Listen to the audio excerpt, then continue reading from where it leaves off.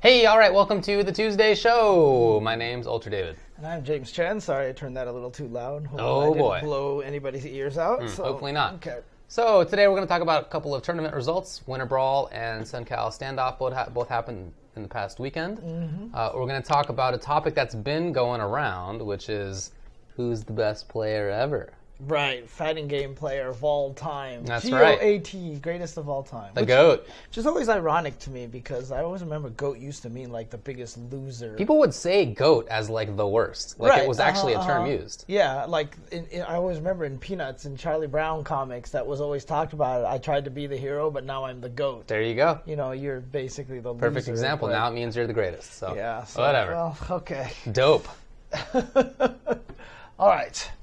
And then we're going to talk about Them's Fighting Herds, which I had a chance to play for a little bit before this thing started. I got to mess with it just a tiny bit in training mode with one character, but that was about it. Well, I like it, but we'll talk about that later on. So, a couple of tournament results. You want to start off with WinterBrawl? Sure. Let's go with WinterBrawl. Because it was a big one, and there were lots of games, as always, right? And also big because it was the last one. Yes, the last WinterBrawl. And obviously there were some interesting results going on, some drama that went on, in terms of who sent who to losers bracket, and it set up a kind of anticlimactic grand finals. But still, lots of little things here. Dude, everyone was talking about Chris G sending Sonic Fox to losers, right? But he did.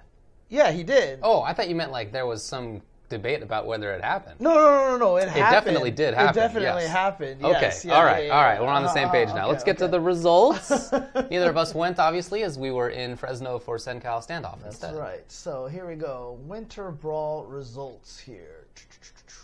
Okay, so let's talk about it in order that they have listed here. Obviously, the main game here, the final game that was played on Sunday, was Dragon Ball FighterZ. There you go. And as we said, everyone's looking at Sonic Fox to take this tournament. He's been winning everything. And then Chris G sends him to losers in a dominating fashion. And Sonic Fox tweeted about it. He was like, oh, the timings of his assists are strange. Yeah. And all these other things like that. I'm going to have to examine this and everything. Well, let's take a look at the results here. Okay, did he examine it well enough? 7th place was is it Undyne? It's Undyne, right? Yeah, Undyne with Android 21, Android 18, and Cell. As well as Nakiel with Kid Buu, Goku, and Adult Gohan. Yeah. 5th place was Fame 96 with Cell, SSGSS Vegeta, and SSGSS Goku, as well as Fox Theo, Echo Fox Theo. Yeah. The NRS defensive player playing offensive game. Adult Gohan, Android 16, and 10. 4th place was CR to Kill Sage with Trunks, Goku Black, Android 16. 3rd was Excalibur Blades with Cell, Kid Buu, and Vegeta. 2nd place, EGNY Chris G. 2nd place, Trunks, Android 18, Vegeta. And 1st place, Echo Fox, Sonic Fox with Goku Black, Hit, and Android 16. AKA Team Reverse Ultra David? Some people thought that he was going to not make grand finals against Chris G. Did anybody really think that? I saw someone tweet that, right? That they were like, how much you want to bet the grand finals won't be? Like anything, any amount, right? Is what I would have bet. I thought that was like just a certainty coming into the top 8 that grand finals would be Chris versus Sonic Fox. Yeah, for sure. I thought you were the one who tweeted like it was like, oh, what are the chances this not going to happen? Definitely after not. He got sent to losers. No. I was like, does anybody think that it won't happen? Oh, okay. It was the opposite. I read it wrong. I definitely thought it was going to be like that. Okay. But that said, it was a really good top 8. The thing that I like the most about this top 8 is that it's what we all hoped, which was that DBFZ would be the thing that brings all the scenes together. Right? So when you look at that, you got traditional anime players, you got a DOA player, you got NRS players, you got guys like Chris who play literally everything. Same with Sonic Fox, has played everything. And you got the Kill Stage coming from Skullgirls originally, now Marvel Infinite, really good player. It's a bunch of different scenes that have all met, and now they're all playing this game. It's super cool. Yeah, and got Excalibur Blades, who was a DOA player. DOA, indeed. Sonic Fox is also a DOA player. Does this mean that's the right. DOA players are the strongest players there are? What I like about Excalibur Blades this is not the first time that he's played a different kind of game. He played Injustice, he played MK, he played I think Marvel, but it was definitely some kind of air dashery game I remember him playing, and he was really good at all of them. I mean, it's no shock that the people who are at the top here are good at all the games, because the Killsage has also been doing super well in Marvel as well. Sure. Chris G obviously is good at everything. So. But that said, I would not have picked Theo. I'm going to be honest with you. I don't know that Theo would have picked Theo, because seeing him tweet about him playing the game, he talked a lot before WinterBrawl about how he's just learning. He doesn't feel like he's very good. Right. Like, he wasn't rating himself well at all, and he got winner's side top 8. Interesting. Some people are saying that there's a little bit of stuttering, that there's frame droppings. According to my XSplit, I am not dropping a single frame here. It says dropped 0, so I don't know. Is it just Twitch or something like that? But everyone says the audio's fine. Okay, so that's what matters. Keep going. Yes. Yeah. So very cool that happened and all the different scenes. Also, there's a pretty good geographical variety in this, which is great. And actually, also a decent character variety. And good character variety. A lot of people have talked about Vegeta Assist. He was only he was only commando on 2 teams, basically. He was only the commando position on 2 teams. And not only that, but, you know, obviously Cell is a character that everybody's been talking about. Cell was only on Excalibur Blades teams in the top 4, right? So, you know, it's pretty good variety here. Android 16 was only on 2 teams, which was Sonic Fox and Killsage. So Cell was also on Necro and Dime. Well, like I said, on the top 4, I said the top 4, Cell was only in 1 team. So, but yeah, only in 3 teams in the top 8. But there's not that many characters to. I mean, it's 3 of E3. You're going to get repeats, right? Sure. So, yeah. No, I thought the variety was quite good, to be honest. And the matches were great. When did you see when Chris sent Sonic Fox to losers? Did you see that match? I did not see that match. I saw that match. It was quite dominant. He basically lit into Sonic Fox and never let up, and opened Sonic Fox up consistently. And it wasn't so much like neutral game dominance, although there was some of that, but it was more like everything worked out on offense. Right, yeah. And I think very interesting to see Sonic Fox deal with Chris's assist timings differently, in a way that made it so he didn't get in the position where he had to be open up that often. That often. It was much more about Sonic Fox's neutral control and pressure, rather than him defending. Although he defended really well against Chris too. So I felt like he just leveled up completely. Well, he obviously studied it too, right? Because he talked about it on Twitter. Yeah, he talked about studying and checking out the timings and all that, things like that. So, and you know what? The one thing about Chris that I will always say is he does everything his own way. A lot of people, even when he played, which game was it? When he played Ibuki in Street Fighter V, he didn't use Ibuki like anyone else. He had different mix-ups. Sure. He had these weird ideas with her, and they were still effective. So I'm sure the first time Sonic Fox played Chris, he was expecting Chris to do the standard Dragon Ball beats, but I've been talking about this game beats, this rhythm concept for a while now. Well, not for a while, but just for the past week or so. And I feel like Chris G always has different beats than everybody else. Yeah. Because he always figures out games his own way. I agree with you. And that probably threw Sonic Fox off the first time, but then after Sonic Fox figured out what it was and was able to read it, then he was able to counter it. So, because it was it was 6-0 by the way in Grand Finals, and Chris G even tweeted after he lost the second one, he was like, "Oh, I'm done."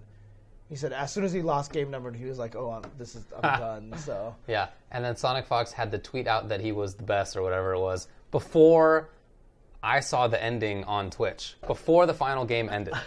It wasn't like a spoiler. Obviously, at that point, he was going to beat Chris. Whether it was 6-0 or 6-1, right? It was definitely coming. Right. But, he got it out that fast. Yeah. Oh, I see the little jumps here right now.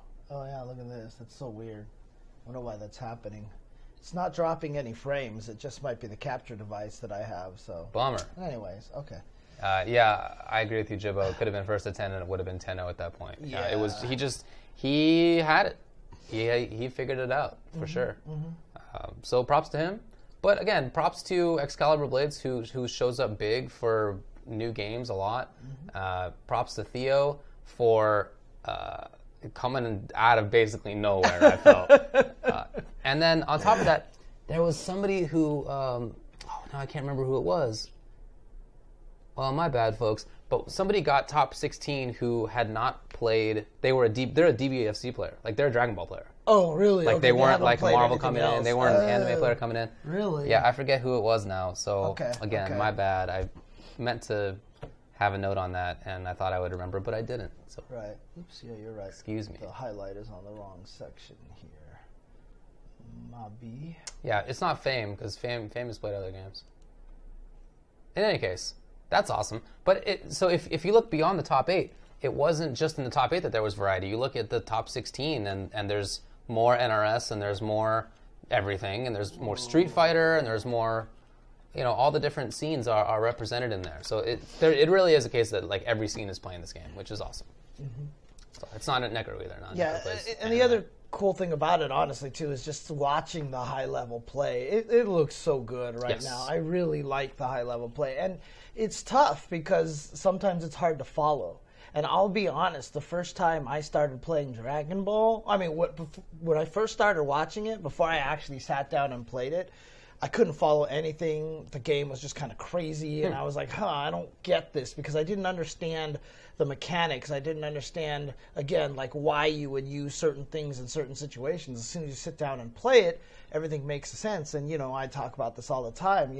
If you really want to enjoy watching a game, give it a shot a little bit. Obviously, not everyone can buy every fighting game, but if you have a chance just to have a friend who has it or something like that, just mess with it a little bit, take a little bit of time to understand it. And as soon as you do that, again, this is the internet, so there's going to be people out there who are already like, oh my God, Dragon Ball's boring already. It's the same thing over and over again. But like, honestly, if you use all the different characters, you'll discover that there's a lot of little subtle details between each of the characters that some don't have the mid-air launchers that they can go into there. Some don't even have good enders, that they can take advantage of. And, there's all sorts of little tiny things like that, make you understand and appreciate the game more when you're actually watching it. So it's a good game. I like it a lot. Hey, Grayson, I'm right there with you, man. I'm trying to buy every fighting game myself, dude. And it's not easy, but it's tough. It does. At least having messed around with the game does open up a lot more enjoyment to you if you want to watch. Mm-hmm. So hard to buy everything like you said, but at least go over to a friend's house and play stuff. Mm-hmm. Okay, so that was Dragon Ball FighterZ. Yep, good stuff again. And second game here listed is Street Fighter V Arcade Edition. Again, interesting results. Yeah. 7th place was GGEA Dr. African with Nikali. Sorry, I gotta do this. Rise Smug with Balrog. Yep. 5th place was also Dan Slip with Cammy, as well as Terrence with Chun-Li. 4th place, PG Punk with Karen, but also Chun-Li. He used a lot of Chun-Li, right? So, okay. 3rd place was KPB Tega with Akuma. 2nd place, Knuckle Doo with Guile and Armika. And 1st place, Nephew with Colleen. Yeah. A player that Punk even called out in like November last year. It was like, keep an eye on Nephew. You're right. And this was before Colleen got buffed. So he was saying that even in Season 2 Colleen obviously got a little better because her V-Trigger 2 is really good. She's awesome.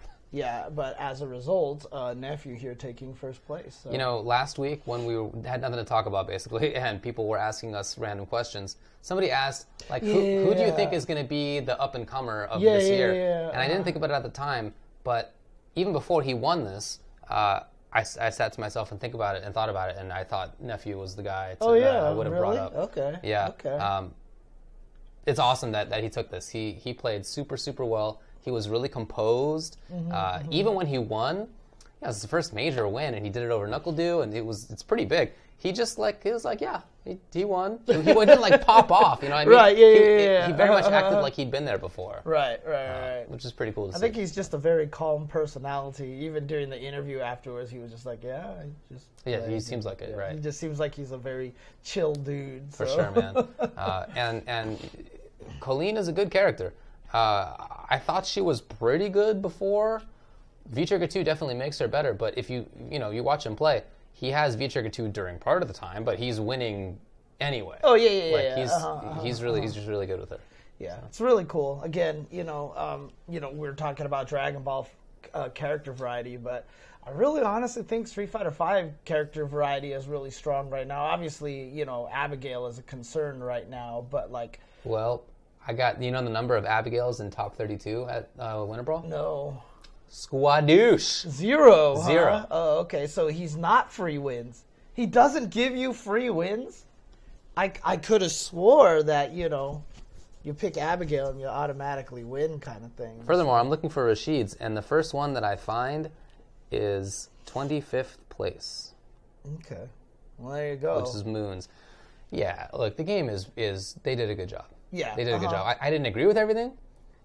Probably shouldn't have buffed Abigail, for example. But they did do a good job overall. It's pretty balanced. It's crazy because I do see a lot of people out there, and again, I'm sorry that every game we talk about, I just end up yelling at people. But yeah. Like, you know, I've seen a lot of people say like, "Oh my God, what a terrible balance job in season 3," and I'm like, "What are you talking about?" Yeah, again, like there's some things that I would have done differently. Right. Okay, I understand. Like a few things you're kind of mad about, like Abigail got buffed, Rashid got a little buff, Zangief got nerfed. Yeah, Vega can't pressure after roll anymore. Right. There's like weird stuff in there for sure, but I think overall, it's good overall. It's good. Like obviously, if you're a Vega player, if you hate Rashid, yeah, you're gonna be mad. But you have to look at the overall picture, and I think it's fine. So yeah, shout out to Dr. Afghan for playing Nikali and getting top 8 after trying to ride Vega for so long. Gotta do what you gotta do. Hey man, that seems to be the theme of a lot. I mean, like, I don't think Ken is bad, but we talked about it last time about 2 weeks ago about Chris T dropping Ken. I think is still the right choice. I agree with you. It's a mental block at this point. Absolutely. So. And then awesome to see Terrence get up there. Mm-hmm. He's been a good player for a while, but very cool to see him get 5th in this kind of situation. Dan Slip continuing to do well in Northeast tournaments. Cammy, It'd be cool if he traveled more, but I don't know what the situation is. And then Tega getting 3rd. I think that's, as far as I know, his highest placing ever. Very cool. But, yeah, again, Cammy, dude, strong character. We'll talk about that in a little bit. Okie We'll doke. get to that. Marvel vs. Capcom Infinite also played here. Who did Smug lose to, by the way, in top 8? Like, who sent him to losers in the first place? I can look at that. Terrence eliminated Smug. Well, that's all I got. I don't know who sent him to losers. Interesting. Okay. Punk lost to Akuma, huh? And I have lost my browser window here for some strange reason. Chris G beat Smug in one of the death pools. Oh, that's right. He came from the death pool. That's right. Yeah. Okay. Well, do you have the WinterBrawl results up by any chance? I sure do. I just lost it here. So Marvel vs. Capcom Infinite, 7th place, Daigon with Captain Marvel Dante. 7th, also CR DeKillSage, Jetta Dante. 5th place, GNT4 Abak with Hagar Dante. 5th, PG Coach Steve with Nova Spencer. 4th, HB Punisher with Hawkeye, Rocket Raccoon, and Gamora, Rocket Raccoon. 3rd place, Noel B. Hungry with Rocket Raccoon, Gamora. 2nd place, Clockwork, Strider, Monster Hunter, and Strider, Black Widow. Winner, EG, NY Chris G, Morgan, Monster Hunter. Yeah, Grand Finals was a close one, although Clock did not reset it, but it went down to the 5th game. The 5th game was kind of a blow-up, but up to that point it was pretty close and pretty even. And, you know, even in my heart, I was like, let's go Clockwork. Well, of course. But, I mean, shout-outs to him traveling all the way out to WinterBrawl to really test his mettle out there. You know, it's one of the first time I've seen Clockwork travel like that in a while, I feel like. Yeah, that does seem right, yeah. Seems pretty rare. But really glad to see Clockwork doing well again, getting 2nd place over there. And, you know, it's always interesting because Marvel and Dragon Ball, one of the things that I do like is there's always this East Coast, West Coast rivalry because they don't get to play so much. But I still don't know what you'd want to count Chris G as right now. But, you know. Whatever. As a man who is not bound by any coast right now, 2nd place, West Coast, baby. Let's go. Well, that's for sure. And then after that, it's basically East Coast. Yeah, but that makes sense. I don't think there was any other West Coast players out there, right? Yeah. So, yeah. Noel getting 3rd place. Awesome job to him. Oh, yeah, but what I loved about Clockwork was that he played Strider Black Widow until he needed to not do it. Like you can tell he's trying to make that work. Right. And then he would switch to Monster Hunter and do a lot better. Yeah. That was cool. But anyway, he's not dropping that Strider, dude. It's for sure. Yeah. That's his guy. Yeah, cool to see Punisher up there. Noel got a couple of Rocket players. It was really cool. Oh, Abak with Hagar Dante. I think that's such a good team. I really do. I think Hagar's awesome in that game. Yeah. I don't think that's an opinion that people share that much. But that's weird. I don't understand that. I mean, either. You have to play totally differently against a Hagar than you do against anybody else. So. He's basically he's the monkey wrench of the game. I mean, it's funny. He's playing the role of the grappler, because the grappler is always the monkey wrench that you have to play against the grappler differently. But Hagar does it because of the lariat. Yeah, lariat is so lariat sick. is the. So I think Hagar Dante is really, really good. But that's awesome for Abek. Think back to his history of getting kind of blown up many years ago, and now he's the top player in Marvel. I think that's awesome. Yeah. All right, Captain Marvel made top 8. How about that? Tekken 7. 7th, Spirojin with Paul. Also, Mr. Whoopi with Warong. 5th, ITS Mac with Bob and Jack 7. Also, Fred Distance with Lucky Chloe. 4th, AI Pepper Beef 2 Spicy with Leo and Law. 3rd, PG Speed Kicks with Kazumi, Warong, and Steve. 2nd place, NG Obscure with Elisa. And winner, Victim of Ritual with Nina. Huh, okay.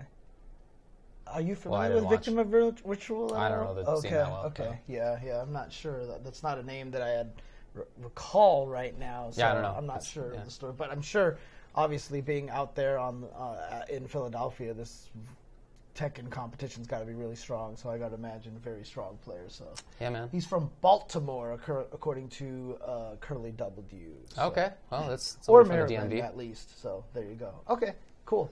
Good stuff. Injustice 2 results. 7th place, PSRK Beyond Toxin with Scarecrow. Also, PG Katana Prime, Harley Quinn, and Wonder Woman. 5th places were ALG Dragon with Black Adam Aquaman. 5th, also PG Coach Steve with Atrocitus Black Manta. And 4th, the walk down of a... super sick, yeah. He walked down Dragon. Very cool to see that clip. 4th, DF Gur, Adam, Black Manta, and Bane. 3rd, Echo Fox Scar, Brainiac, Black Manta, Supergirl. 2nd, Echo Fox Theo, Dr. Fate, Superman. Winner, Echo Fox Sonic Fox, Michelangelo. So Echo Fox swept the top 3. Sonic Fox played Michelangelo, who came out like 2 weeks ago, week and a half ago even, and beat everybody. And might not have even been, you kind of considered him like 3rd best turtle, No, after maybe a week, I figured that Leo's still the best. I would say Mike is the 2nd best. Okay. But his character doesn't even matter. Yeah, honestly. I know, right? That guy can pick whoever he wants. He was winning with Captain Cold, and what are you going to do? So, one of the reasons why that walk down clip was so cool, we were even just talking about this at CenCal Standoff on commentary all the time, which is moving forward is one of the scariest things in fighting games. I'd say walking forward in particular. Yeah, is really not easy. And when Coach Steve basically just called the cat and was just like, you aren't going to touch a button, you're scared. Yeah. And he walked at him, finally hit a button, and that's when Dragon twitched and he hit him. It was forward 3 at exactly the moment that Dragon tried to grab. It was like the exact right call. So super sick. I don't know exactly what the deal is, but Coach Steve always alludes on Twitter to issues going on for him. And like I said, I'm not sure what's going on, but whatever they are, I hope that he figures them out. Because in the meantime, he's still doing super well in fighting games. Like he's still a super awesome player. So he did really well did he do well in Marvel? Yeah, he got top 8 in Marvel. Yeah, because he was talking about how happy he was he got top 8 in Marvel. Yeah, dude, for sure. Awesome to see Gur that high up, especially just past the Echo Fox boys. Oh, shoot. Shout-outs to Meterless for putting the clip in there. Yes, check out that clip. Yeah, hilarious and frightening, I would say. Yeah. Gur, I talked with before some IPS stuff last year, and he seemed like he might want to quit. He wasn't really into it anymore, and he was like, well, I'll see what they do to Bane, or I'll see if there's any new characters that are coming out that I find interesting. And what saved it for him, I think, is Adam. His Adam is super interesting. He's one of the very few people playing him at that level. I need to go watch that then. Really, really cool. With Adam, yeah. And Bane got above. Yeah, I'm honestly really out of the loop now with Injustice. I need to get back in there and figure out what the new characters do, because I actually I haven't seen any Adam. I haven't seen any Turtles and stuff. So I need to get in there. So well, there was a bunch of both of those. 9th place, by the way, Punk. Okay. DOA 5, last round. 7th, Ninja Guy 446, Helena. Also, Fury of Frog. 5th were UGS Lord Xavier with Hitomi. UGS Sly Bass with Akira Brad Wong. 4th, Ichiron 47 with Mila. 3rd was UGS B-Boy Dragon with Mai in Phase 4. 2nd, SYN Rojiku Reigns with Hayate. And winner was UGS Jaeger, could be Jaeger, with Phase 4 Ayane Rig. I don't see DOA here. Okay, anyway. Got a different source. Guilty Gear Xrd Rev 2, top 8. 7th, Alex Smith May and Dreaded Ruffian Sin. 5th were Drunken Chicken Ram and PAG Grover Venom. 4th, LVLG Bass with Raven. 3rd, Jin with Dizzy. 2nd, Hook Gang God Faust. And winner, TSB Blaze with Raven. Nice. Okay. Oh boy, how many do we have to go through? We have a lot. We can't say all these. Yeah, well, the one I want to talk about is the ST one. Okay, however, sure. Because in particular, so what we have here, I'll just do the top 4 here. Don Yan with Ken in 4th place. Nothingness in 3rd place with Chun-Li and E Honda. Psycho Chronic in 2nd place with Chun-Li. And 1st place was Crossed with old Ryu, Ken, and Chun-Li. Yeah. But this was a Tournament of Legends qualifier. Oh. So Crossed is now in Tournament of Legends 3. Wow. That's a guy who I've known for probably a dozen years. Crossed, you mean? Yeah. Okay. I think it's Crossed. Okay. That's how he used to say it anyway. Okay. I knew him from our regional tournaments at C3 in Virginia when I lived on the East Coast. And he was pretty good, but man, he's a lot better now, that's for sure. He played Zangief and was pretty good as Zangief. And now I guess he plays Shotos and Chun-Li, so he stepped up a little bit in the tiers. Now all I do is wish I was there, because I might have been able to qualify this event. Oh, dang, wow. Because I've played a lot of the guys in the top 8. I've played Psycho Chronic a bunch of times. I've played Atari a bunch of times. Okay. And I usually beat them. Wow, so James. I'm just dang, man, I should have went to WinterBrawl and qualified for some tournament. Dang. That's killer. No, anyway, good job, Steve.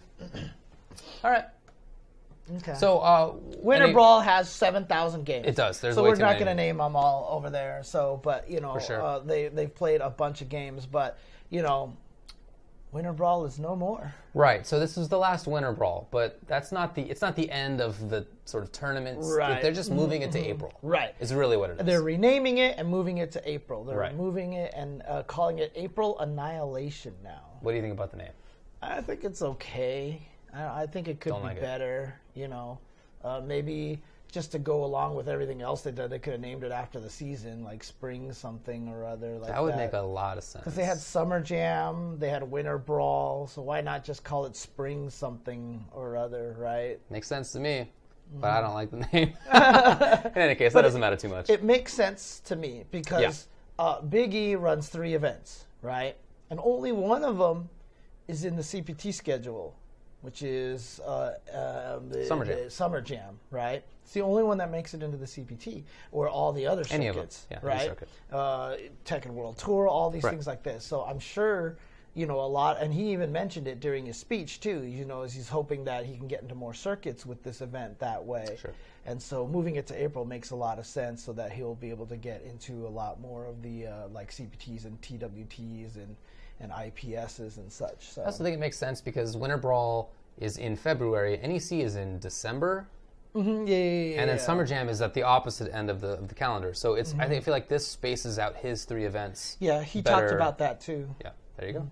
Yeah, he said he just didn't want it to have it so that they were all, like he said that the NEC and the WinterBrawl were too close to each other, and this gives people who want to support him more time in between to not have to go to 2 events in such quick succession. So there you go. Very good. Easter Brawl.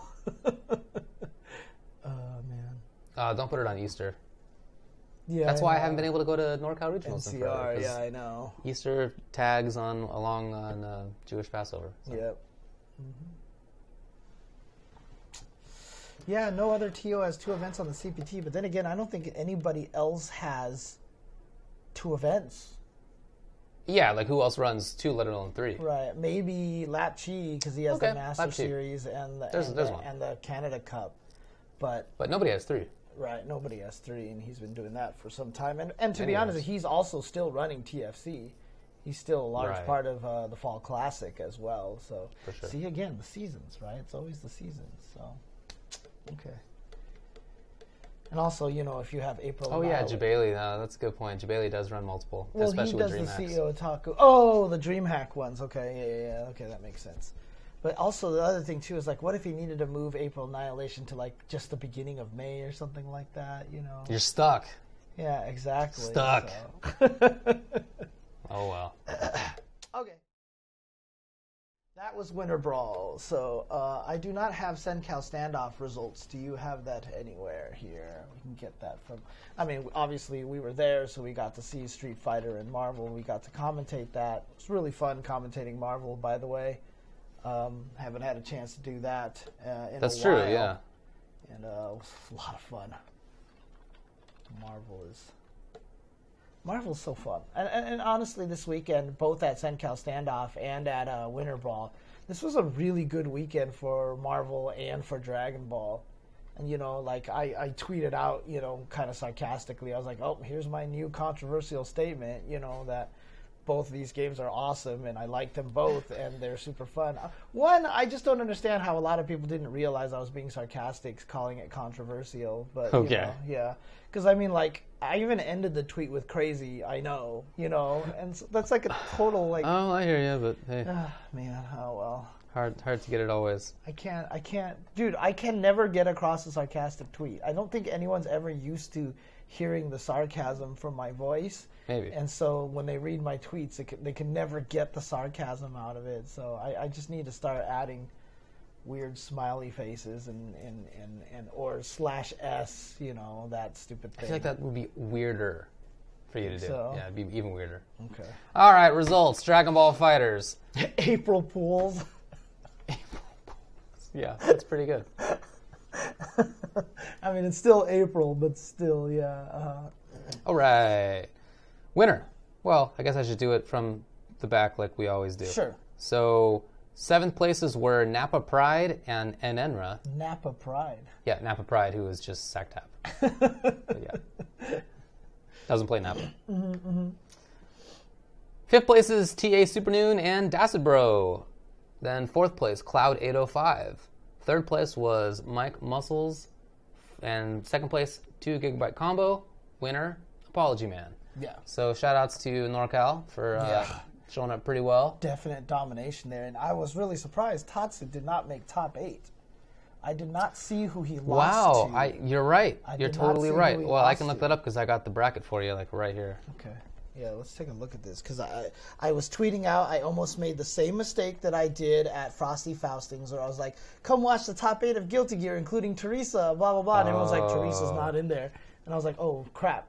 And so I almost did that again. I was like, come watch the top 8 of CenCal Standoff, including blah, blah, blah. And I wrote Tatsu's name, and I wrote all these. And I was like, I should probably check. Good job, yeah. Supernoon eliminated him to make top 8. Ooh, okay. And he was sent to losers in the first place by 2 Gigabyte Combo. Okay, there you go. So a couple of pretty good players. What about Josh? What happened with that? He got sent to losers by Mike Muscles and then eliminated by Napa Pride. Oh, wow, okay. Okay, so both of them lost to both a NorCal and a SoCal then, huh? Oh, wow, yeah, I guess. Okay. Nice. Then you had Street Fighter V. Well, not exactly in chronological order, but whatever.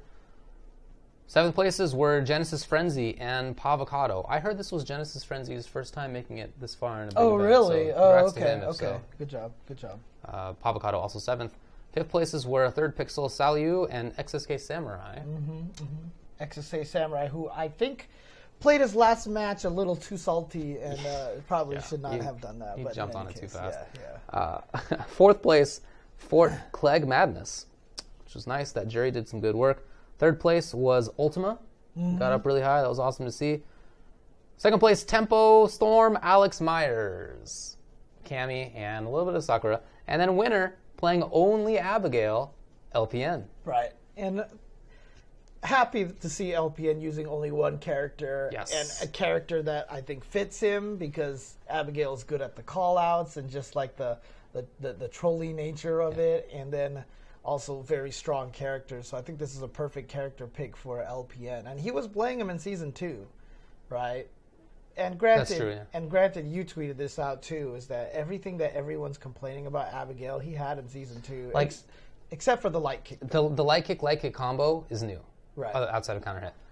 But people aren't even complaining about that. Like, that may be something to complain about. But when you hear complaints, it's he's doing too much damage. What's these guard breaks about? Like, he has tools that he already did have. Right. Jump roundhouse is super good. Like, you know. I actually think the light kick thing is a big problem. It's super strong, it's super for sure. good. It's just not what you typically hear people complaining about. Because you don't see it.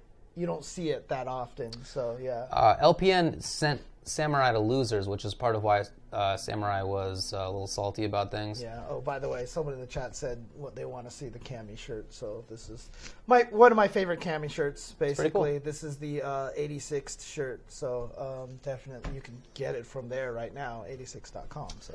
And then Alex Myers was definitely also salty after losing to LPN in grand finals. I mean, he grabbed the mic after they awarded him second place, and all he said was. Nerf Abigail, so basically, right? Well, he said buff Sakura, nerf Abigail. Yeah. So there it was. People aren't stoked about it. I will say this though, Alex Myers was playing out of his mind. Like he played really well. Was looking ridiculous this whole tournament. It was only against Abigail that it just felt like he fell apart. But everybody else, I don't think I've seen him play that well before. He was talking to us about how he just hyperbolic time chambered in Japan, how he played against Haitani, and Haitani was coaching him. Yeah. And he looks like a different player. Agreed. And that's where we started talking about the walking forward thing, because he was walking forward and dashing. He was just like constantly moving forward. It was the first time I ever seen Cammy look like a wall. Right. You know what I mean? Yeah, he had really good anti-airs as he was moving forward. Yeah. And so, dude, like he was hitting buttons at all the perfect timing, and he was looking strong. So he's not someone like Nephew, who I would say would be a surprise new up-and-comer, but I definitely think look out for this guy on the Pro Tour this year. So sounds right. Yeah. All right, that's Street Fighter. Smash Bros. Wii U. This is a little bit funky looking here. Top 8, 7th places rather, the Cobrador and Doodle Bob. 5th places were J-Tails and Manny. 4th, TSG Striker. 3rd, Stark. 2nd place, I'm Hip. And winner was TES Ghost.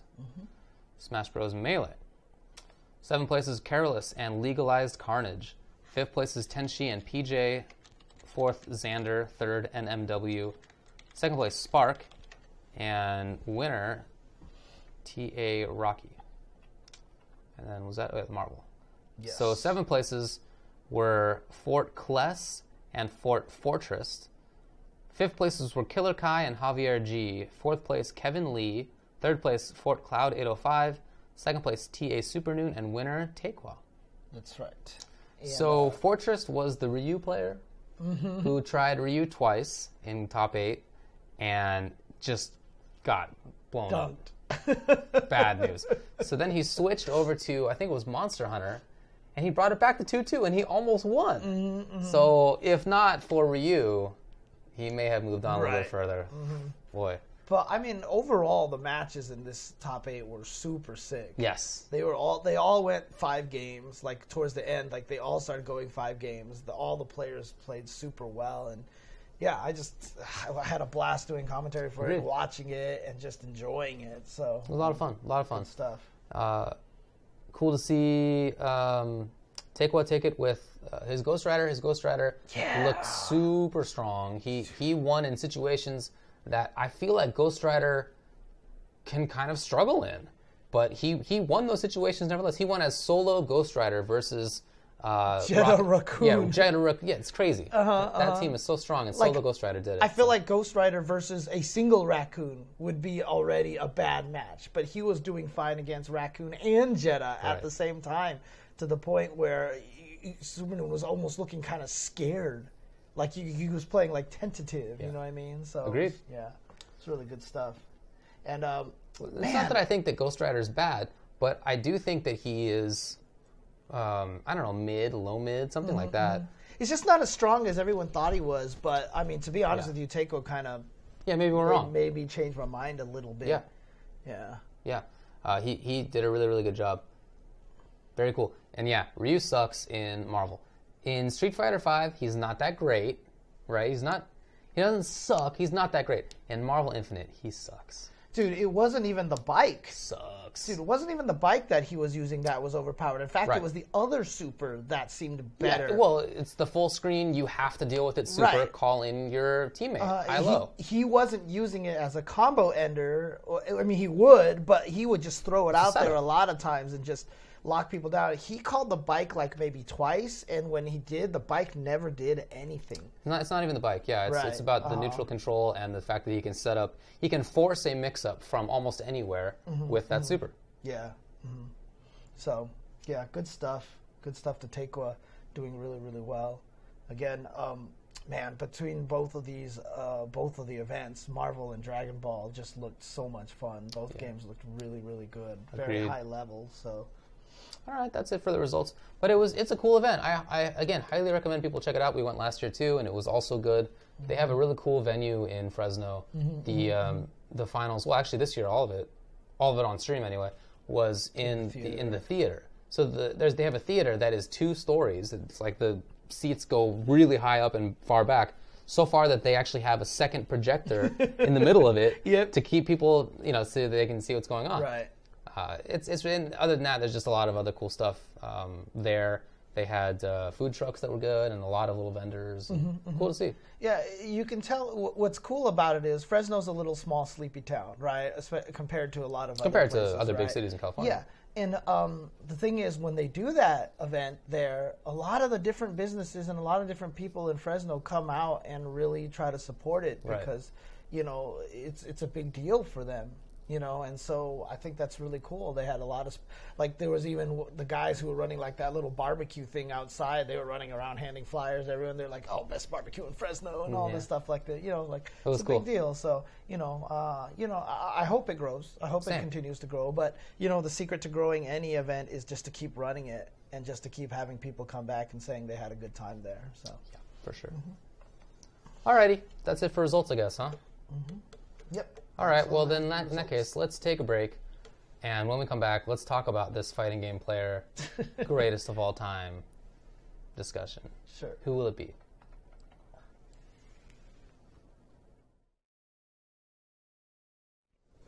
All right, welcome back to the show. So, fighting game player, greatest of all time.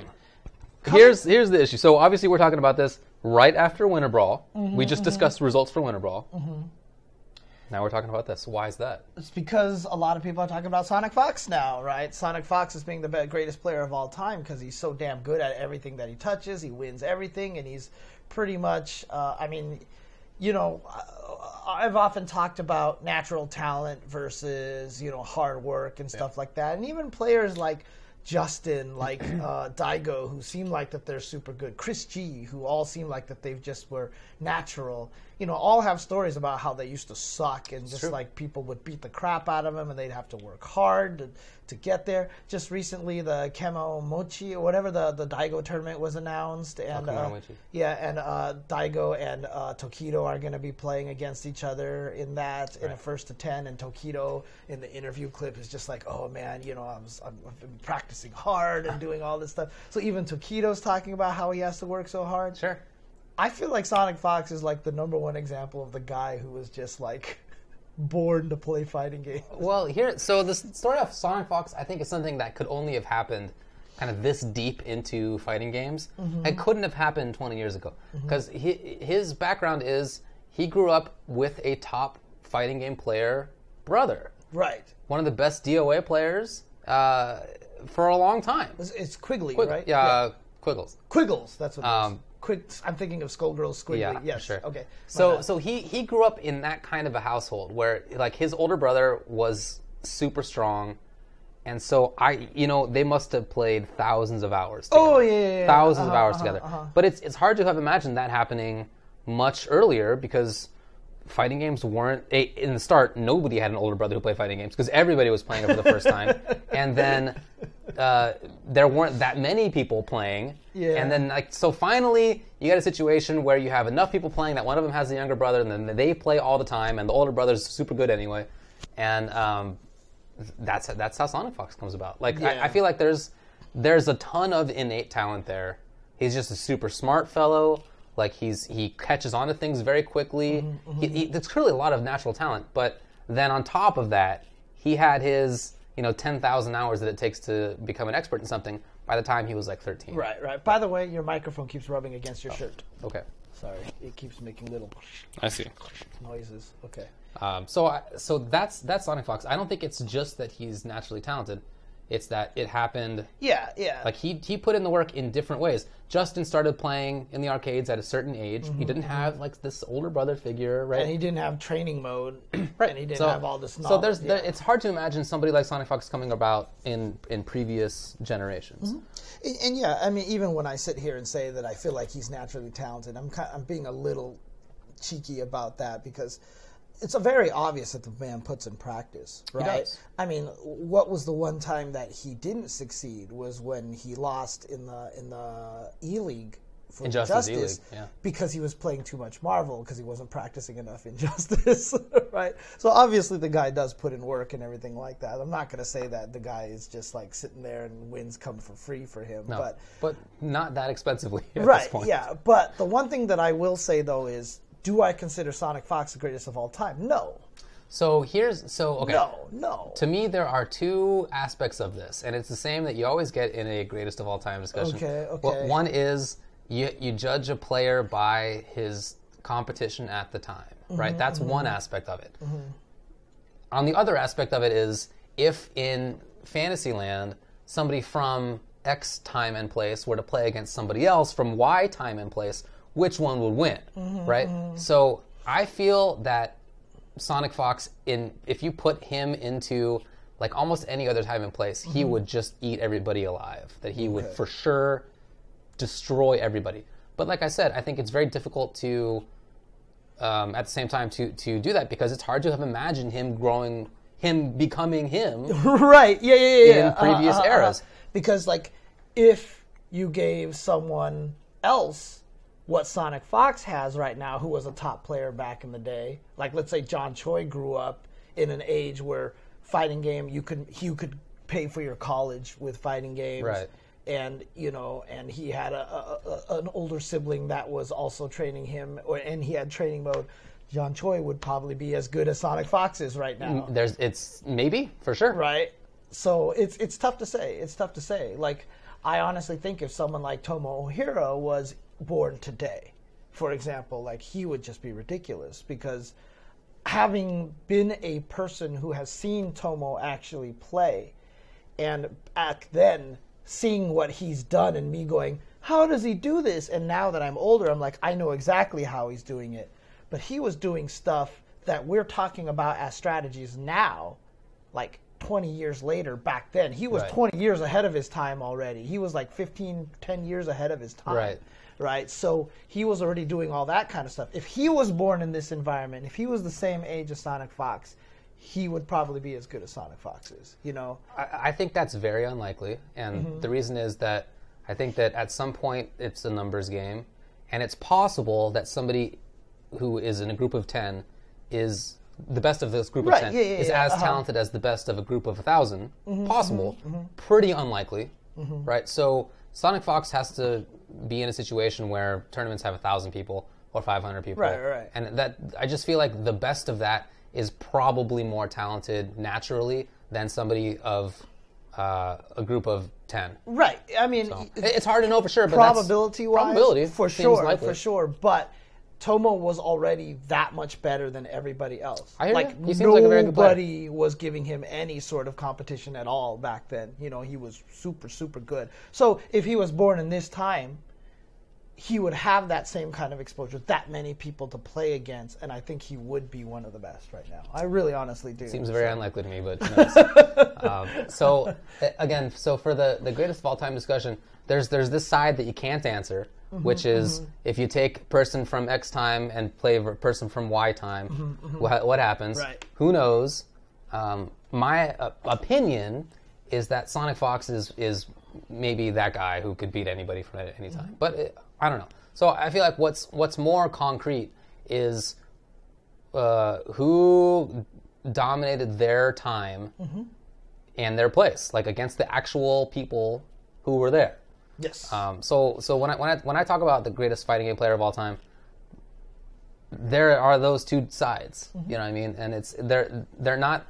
The other thing is that it's possible that like the second best player of a certain game and time is maybe like the third greatest player ever, based on the sort of like who would beat whom in what time. Right. Like maybe the first place guy was actually the best player ever. Mm-hmm. So the second place guy in that scene is like super good still, but he's not dominating and winning everything. Yeah. So I don't know. It's a hard decision to kind of suss out, but it's one that I don't know. I've been doing in sports since I was a baby. This is why everybody talks about it, because everybody likes to have these debates. Yeah. Having said that, none of the people that we've talked about here yet is my pick for greatest of all time. Well, we haven't really mentioned that many people. Right. Yeah. So yeah, I think for both of us, it's Tokido. Yeah. Yeah. No, Tokido.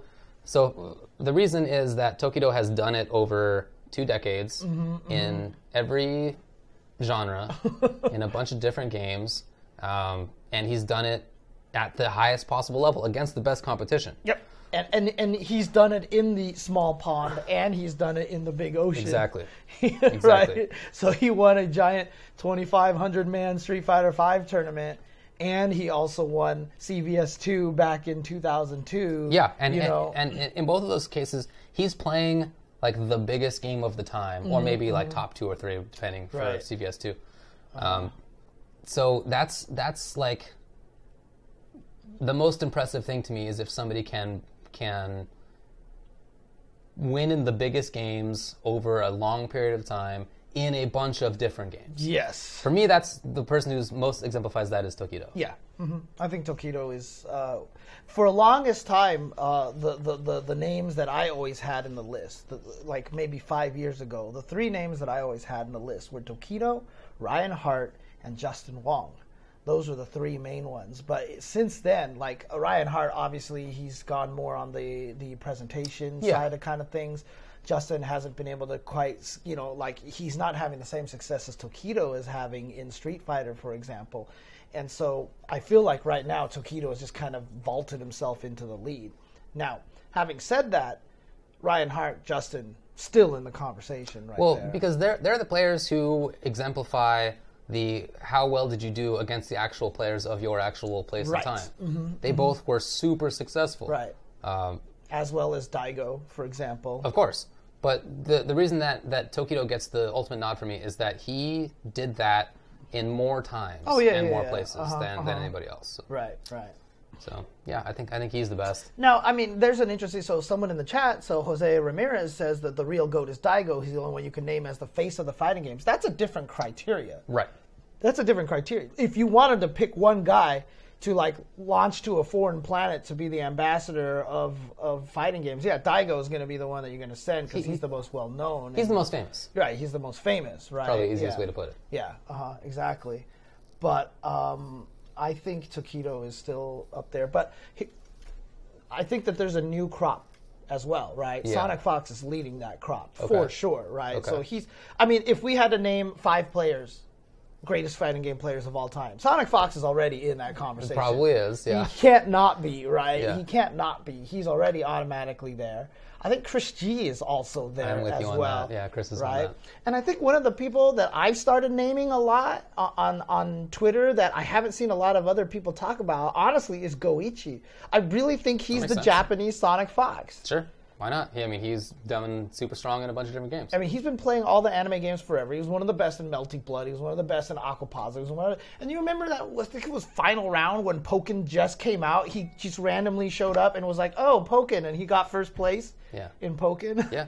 And now he's one of the best in Street Fighter, and he's winning everything in Dragon Ball in Japan right now. So I actually think Goichi's kind of like the Japanese Sonic Fox. And I'm not saying that just to hype the rivalry between them up right now, because that's sick, by the way, that it just worked out for those 2 guys to do that. But, I mean, I really think Goichi might be in that conversation as well as one of the greatest of all time. Yeah, that makes some sense to me. So where I begin to be a little bit questioning as to whether somebody is the greatest of all time is when their game and their time was like too small. So that's like part of why I question Tomo. Right. Because there were almost nobody was playing comparatively. Right. And it's part of why people aren't mentioning Perfect Legend as much as other people. Right. Perfect Legend, he won 2 Mortal Kombat 9 Evos, and he won Dead or Alive Evo, which is very impressive. And he definitely, if we're just talking about winning in a place and time, he needs to be among the greatest of all time. But if it's just so difficult to compare those games to people who dominated in other games because not that many people were playing them. I think one of the hardest things about, I mean, this is just me personally. But he needs to be up there in that conversation, nevertheless. With the Tomo situation, though, is that, man, there were a lot of people playing Street Fighter 2 back then. Everybody saw it. There was a lot. No, see, that's the thing. I disagree with that. I wasn't around, so I don't know. Man. I actually disagree with that because it was at a point where you could not go to an arcade and everybody didn't know the top strategies. I went to random ass video store in BFE and like everybody was already playing at the highest level of strategy. You know what I mean? It was like you could not avoid that. Yeah. Because the thing that made that era so strong was that there were no other fighting games to play. Sure. So everybody had to play that. So, yeah. I don't know, buddy. Dude, I feel like it's like people being like some late 1800s baseball player was like the greatest because you only had baseball at the time, but there were 1,000 people were playing baseball. But come on. It's the reason why it's a little different is because if we've been playing Street Fighter 2 this whole entire time, maybe it's a little different. But we keep changing games and things like that, right? So I mean, at the time, that's the thing is that was such a golden era. There were so many strong players back then. You know what I mean? Like everybody was playing this game. It was. Like for example, if we had a bunch of people picking up Pac-Man right now, today in 8 and started playing it, would they be better than the Pac-Man players from back then? If there were the same number of people playing, probably about the same. Right, they would be about the same, right? But that's the thing is back then everybody was playing Pac-Man, so that the number of people, the probability, like you said, is good. And in Street Fighter 2, everybody was playing that game. Like, I mean, yeah, that's true. Everybody was playing that game, dude. I can't. I just don't believe it. I can, dude. It's true. It's true. Trust me. I know lots of people were playing. I get that. Yeah, I think that the sort of number and times of people, it's very hard to compare. Yeah. But I think if he was in this scenario, if he was born and raised in this age, he would be as strong as anybody else. So, who knows, like buddy? I said, from what I've seen. Who knows? Who knows? I think the maybe biggest reason that I think that is that those players didn't end up keeping up with players from later in the 90s, let alone players in the zeros, let alone players now. Well, Tomo also retired on top. Of course, right. So. He retired early. But the players that not a lot of them kept playing, I get it, but the players that did keep playing were outclassed by the late 90s. Almost all of them, right? I mean, right? Like Watson and Schaefer and... Yeah, but they were all still really relevant around that time, and they hadn't played, and they weren't keeping up as much as everybody they're very else, talented right? players. I mean, I played against Watts. I know he's really good. I just think that it's like an indicator that each era beats the players of the previous era. Yeah. With only a few exceptions ever. Yeah, but I mean, let's just put it this way. Even if, let's just say we go into a fighting game slump, let's say the bubble bursts. Yeah. And 5 years, 10 years down the line, we are at a point where we have less players. Yeah. Those players would probably be beating Chris G and Sonic Fox and all these guys right now. They would probably be beating them. It's just age and just youth and that kind of situation. You know what I mean? I think that's the case. Yeah, I don't think that's true. There are players like Tokido who's been doing it for 20 years. But Tokido's very rare, right? Sure, but I think why he is. But the rarity of him, I think, is that he had the skills that were so strong early on that are that is to say that they were strong enough early on that they're still relevant now, right? Rather than it being a case of he was very strong, then he's degraded because he's gotten older, but he's still good. It's more like his skills at the time when he was young were already really, really high, and so he's kind of kept level, and everybody else has gone up, rather than him going down and sort of catching up with other people. But I mean, that's the exact argument that I have for Tomo, though. That's the exact argument I have for him. He was that much better than everyone else, and everyone was catching up to him. For sure, right? So again, it's not that I think it's impossible that Tomo could do it. I think it's just really unlikely. That's all. Okay. Anyway, yeah, I think Sonic Fox is really good. I don't think that he. So I think it's tough to proclaim somebody the best player in an era if they're not playing the games that are most played. Oh yeah. You know, and you know the NRS head in me thinks this is kind of dumb to say, but people who aren't winning in Street Fighter, which is the biggest game in the world, it's not as hard. It's hard. Right. Certainly the NRS scene is way better than it used to be, but it's not as hard. So if he were to win in Street Fighter, then I feel like it's a closed contest. Right, But that's nothing to do with Street Fighter itself. It's not like innate to the game or the series. It's just that it's the most commonly played game. The thing about it is if Sonic Fox wanted to dedicate himself to Street Fighter, he'd be winning that too. I think that's very likely, to be honest. If he really wanted to play Street Fighter, he'd be winning that as well. I think you're right. I mean, but it's hard. I just think it's hard to say that. One brief moment he did at the beginning of Street Fighter V, he played Fang, who was a terrible character. He got top 3 at final round. Granted, it was the first tournament, but he was also using a bad character. If he was using a fine character. No, I mean, for sure, dude. Yeah. I think it's likely that he would do really well, but he just hasn't actually done it. So that's I feel like that's the only thing that's being left off of his resume. He doesn't need to do it. You know, he plays games he enjoys, and he doesn't enjoy some games, so that's cool. I think he did get 7th, by the way. Oh, was it 7th? Okay. Yeah. But again, I think Tokido's up there. I even think it's also a disservice not to mention guys like Sako and Nuki. Dude, for sure. For sure you got to mention them. I feel like you got to mention Fudo, who won EVO in Street Fighter and was one of the best Virtua Fighter players ever. He's also the best at that gun strata game. Oh, that's right. Yeah, we heard about that. Yeah. Random. Yeah. Exactly. Yeah, so I feel like you got to put somebody like Haitani up there for longevity and strength in a bunch of different games. Oh, Olaf, I wish wasn't you the one having to say that, but that's just not true. What? Nobody enjoys Street Fighter. Oh, definitely not true. Definitely not true. In fact, I was just talking to SD Pinoy, and he's like, man, I don't know why everyone hates this game. He's like, I love this game. I enjoy the game. He's like, I like it more than Street Fighter 4. Well, I am with him on that. Yeah. Dude, I wish it wasn't Olaf who said that, dude. Ugh, come on. You know that's not true. You know that's not true, dude. Yeah, definitely Ricky is in that conversation, for sure. Oh, yeah. Ricky's in that conversation as well. Yeah. So. I mean, Ricky is somebody who also has a ton of success over many, many years. She got 2nd place at Capcom Cup last year. Right.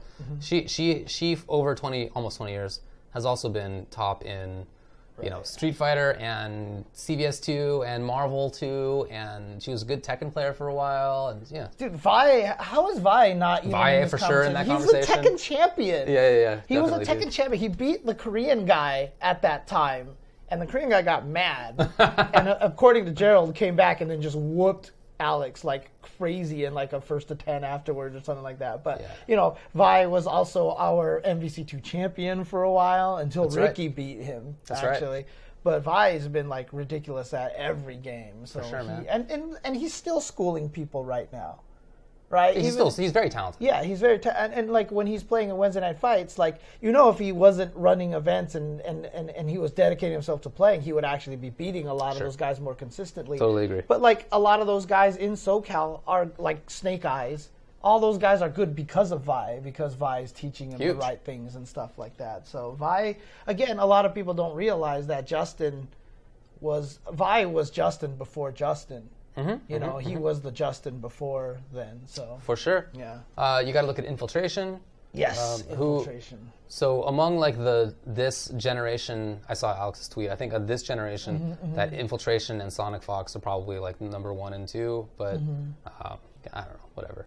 I think that it's like sort of like them, Chris G, maybe Goichi, something like that. Yeah.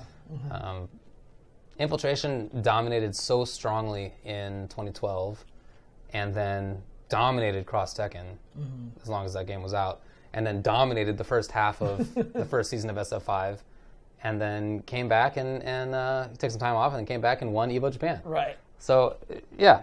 He's not back yet, though, no, according to Infiltration. But the fact that he's doing that in the most played games in the world, it lends, I think, big credence to his rating. Yeah. Cien, obviously, Kazunoko, those are all great players. But, yeah.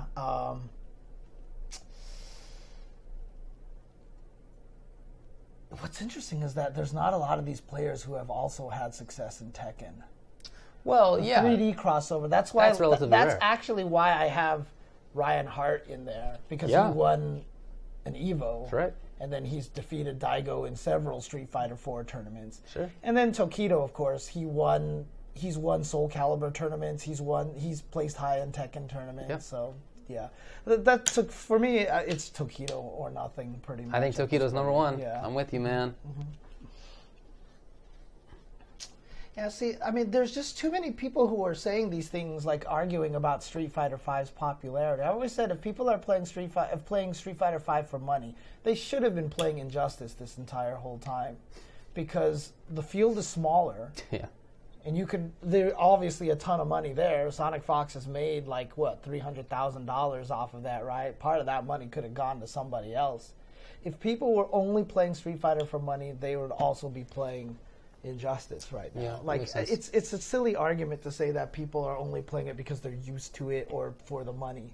Like this many people would not still be playing it if they didn't enjoy it in some way. And the thing about it is everyone's like, well, all the top players complain about it. Dude, you should have seen all the top players during CVS 2 and Third Strike days. Mm-hmm. Right? Like, people were crying about that game forever. SF4 as well. Yeah, I think the only game where top players weren't crying about cheap stuff was Marvel 2, because everyone used the cheap stuff. Right, yeah. There was at the start of it, but midway through, it was just like whatever. Right, yeah, exactly.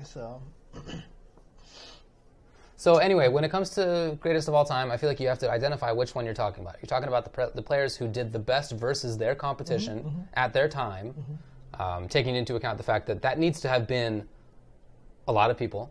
It can't be a small scene. I think I was the best Arm Joe player in the world for a while. For what? Exactly the point. Nobody knows what Arm Joe is. It's a terrible game, but nobody played it, so who cares? Okay. I came up with a ton of tech for that game, but it literally doesn't matter. Which game? Is this the there was that it's one? The Les Miserables game. Oh, there was a Les Miserables fighting game? Yes, there was. Oh, Jesus. Oh, God. But the point is that I can't toot my own horn about that, right? Like, who cares if I was the best of 5 people in the world? Right, So there has to be some, like, base amount of players who dominated that scene at that time. Or, secondarily, are you talking about who would beat who else in fantasy battle over space and time? Right. And again, it's the whole thing that sucks about that is that everybody was born in different environments, right? So it's like, even if you, like, let's say the answer to that question would be different if you took someone from the 90s and put them into 2000s. Like, let's say you took player A from the 90s, warped him into the 2000, like into 2010, and played against player B. Or if you took player B from 2010 and warped them back into the 90s to play player A, those two would produce completely different results. You know what I mean? Like, just based off of the technology and how the environment that they were born in and stuff like that. Sure. So I feel like you take somebody who gets out of pools at EVO today, and if you just directly translate them to like 1998, they're like the best player in the country. Right. But hard to compare like that. Right. Yeah. So I feel like that's like a thing that you have to say when you're having this conversation. Which one are you talking about? And a lot of the conversations that I see people having, they're just talking past each other on this. Yeah. They're just, this player was so good at the time, and somebody else is like, well, he would lose to X and Y. Those are different conversations. Yeah, exactly. Right? Exactly. So. But I feel like in either case, well, it's probably Tokido. Definitely in the first one. The nice thing about Tokido is he's the only one who's done well back then and now. Right, yeah. Well, I mean, obviously other players have done well, but he won EVO 17 years apart. That's crazy. Yeah. 16 years apart? I don't mean 16. Doing well. I mean being they're the on best. top. On top. Yes. Definitely agree, man. Okay. All right. That's a fun topic to talk about. So it would be cool if Combo Fiend still played seriously. That would be cool. I mean, there's always rumors of him wanting to come back, right? Well, to bring back the Combatorium and stuff like that. That'd be so cool. Yeah, that would be sick. Because he should be in the conversation too. I actually am mad at myself that I haven't named him in any of the social media conversations or anything, that I've forgotten about Combo Fiend 2 just because he's disappeared out of our consciousness because he's taken on a different role. Right. But honestly, he should be up there too because he was one of the best at MvCI 2 and Guilty Gear and CVS 2 and Third Strike. I remember him like picking up KOF13 and he won some tournament. Yeah, he had no history with KOF. But he was when like, Exerd came out, he got top 8 at an event with Axel. Okay. You know, he's still super good. He's still super good. So. Well, I hope he does come back. If he tweeted about wanting to come back, that'd be awesome to see it. Mm-hmm. Okay. He does work at Marvel. Yes, he does. That's true. Alrighty. Jump to the other side. Yeah, I know, right? So, them's Fighting Herds. Yes. It's out. It's out. Well, at least there's like a pre-access, whatever. Right. Yeah. It's not finished. Yeah. But I mean, that's the life cycle of a game on Steam. It comes out. Don't expect it to be like the final. It's still going to be tweaked and polished as it goes. And there are some animations that are in the game that are clearly just placeholder animations. Right. It's cheap. It's $14.99, and if you already have Skullgirls on Steam, it's 25% off. Oh, really? Yeah. Oh, dang, nice. Okay. I mean, I got it just because I have backed the Kickstarter, so I have. Ooh, there you go. So there you go. I just don't have a convenient place to play it right now, so because I don't have my PC upstairs. Right. Well, I do. Right. And I played it today for about an hour, and what was really nice is I played it while streaming, and people gave me a bunch of tips into what different characters do. Okay, cool. And that kind of thing. So I have to tell you, it's a very interesting, complex game. The characters have really interesting options. They're very unique from each other, very distinct. It's a very pretty game. I mean, it uses the Skullgirls engine, so the dynamic lighting is there. Right. Yeah. So it looks great. The art style is, I think, really good for what it is. It's supposed to be like little animals and stuff. Right. And some of them are really, really well done. Like the one that is the puppet character. Now I don't remember the name. It's something with a P. But like she's really afraid constantly, and like a lot of her animations are like her like swinging out, and then she covers her face because she's afraid, right? Like things like that. Really well done. The sprite work is super good on there. It really is. And like my favorite thing is honestly their idle animation. Palm is her name. That their ears twitch. Oh really? Like I didn't notice. They sit there and they just go. And I'm just like, oh, that's so cool. Like, that's my favorite thing. But they also have a really pretty game. There's that dynamic sound thing. So whichever character is winning, their like theme is predominant, which is a very, very cool idea. The training mode is like Skullgirls training mode. Right. Everything is there. Every option, hitboxes, like frame data, recording is there. And on top of that, they also have, this is super cool, they have combo like a combo display kind of thing. Like it shows you different combos, combo trials. Okay. And this is in training mode. You don't have to go to a separate place for it. So combo trials are in the game, and you can watch them too to see what they look like. But then you can also record your own combo and upload it to everybody else so that they can try your combo. Oh, really? Yeah. So you can download somebody else's combo trial. Right. Okay. So it can always be relevant. Right. And like if you want to say that the combos that are not in the game are not the optimal combos, somebody can upload whatever the optimal combo is, and then you can download it and you can learn it like that. That's so smart. I heard they even have like a break the targets trial that's unique for every character. I heard that too. I didn't check it out, but I have also heard that. But I think those are super interesting ideas. The online lobby system is hilarious. Oh, yeah. So it's a little bit like an Arc Sys game in the sense that you're in a lobby and you're walking around this physical space. Okay. But it's like a little bit more complex than that. It looks just like an old game, like Secret of Mana or whatever, like that kind of style, where you can like walk behind a waterfall and there's like a secret area. Oh yeah. And there's like a mountain that you're walking across, and You can put on little outfits for your characters and switch which character represents you. Well, some of the outfits that you can get are like Guilty Gear outfits too. You can get like Guilty Gear Blaze Blue and Skullgirls outfits. Like you can literally turn your character into Soul and Kai. I think it's great. I mean, obviously it does. It's like what ArcSys does. It's like a very ArcSys inspired idea, but it's a very interesting take on it. They call it a pixel lobby because it basically looks like an old 16-bit game. It's very cool. Yeah, and it's interesting too because I don't know the game systems enough yet. Like when I was doing combos, they would start flashing pink like in Skullgirls, but I wasn't sure if that was an infinite prevention system. That's when gravity kicks in a combo. Oh, they just tell you when gravity kicks in. That's cool. Yeah. That's when gravity kicks in. There's a little bar under the life bar that will show you when gravity is kicking in, like once it reaches the maximum. Oh, okay. See, part of me was thinking that it was you're getting late in the combo kind of thing, and okay. But that once gravity is there, it doesn't mean that the combo's over. It just means that it's not going to last as long. Right, and you have to change it up, and what you're doing, the same juggles won't work anymore and stuff like that. But the combo system is super deep. The combo system, there's a lot of things that you can do. It's very open. Right. There's a lot of different things that you can do. So I'm actually excited for this game right now. Dude, so back to the characters. They're very interesting and again, very unique. Heavily inspired, I think, by some characters in other games. Like, there's a zoner that really feels new to me. There's like a character that has a bunch of traps and mobility, teleports and stuff, but also has Shadow Labrys partner character. The character with New, are you talking about the reindeer with the icicles and stuff like that? Because she also has Rachel Wynn. She can suck you in and push you away and stuff like that too. Yeah, It's very Blaze Blue. There's ABC and then there's the drive button essentially, right? Yeah. You got there's a rushdown character who still has full screen options.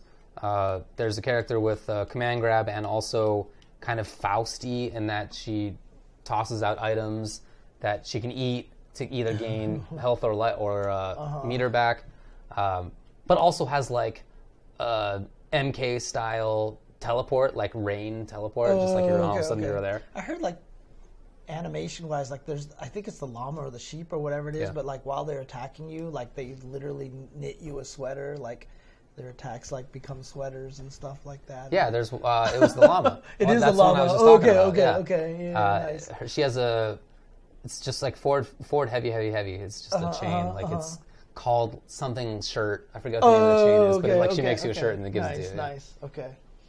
Yeah.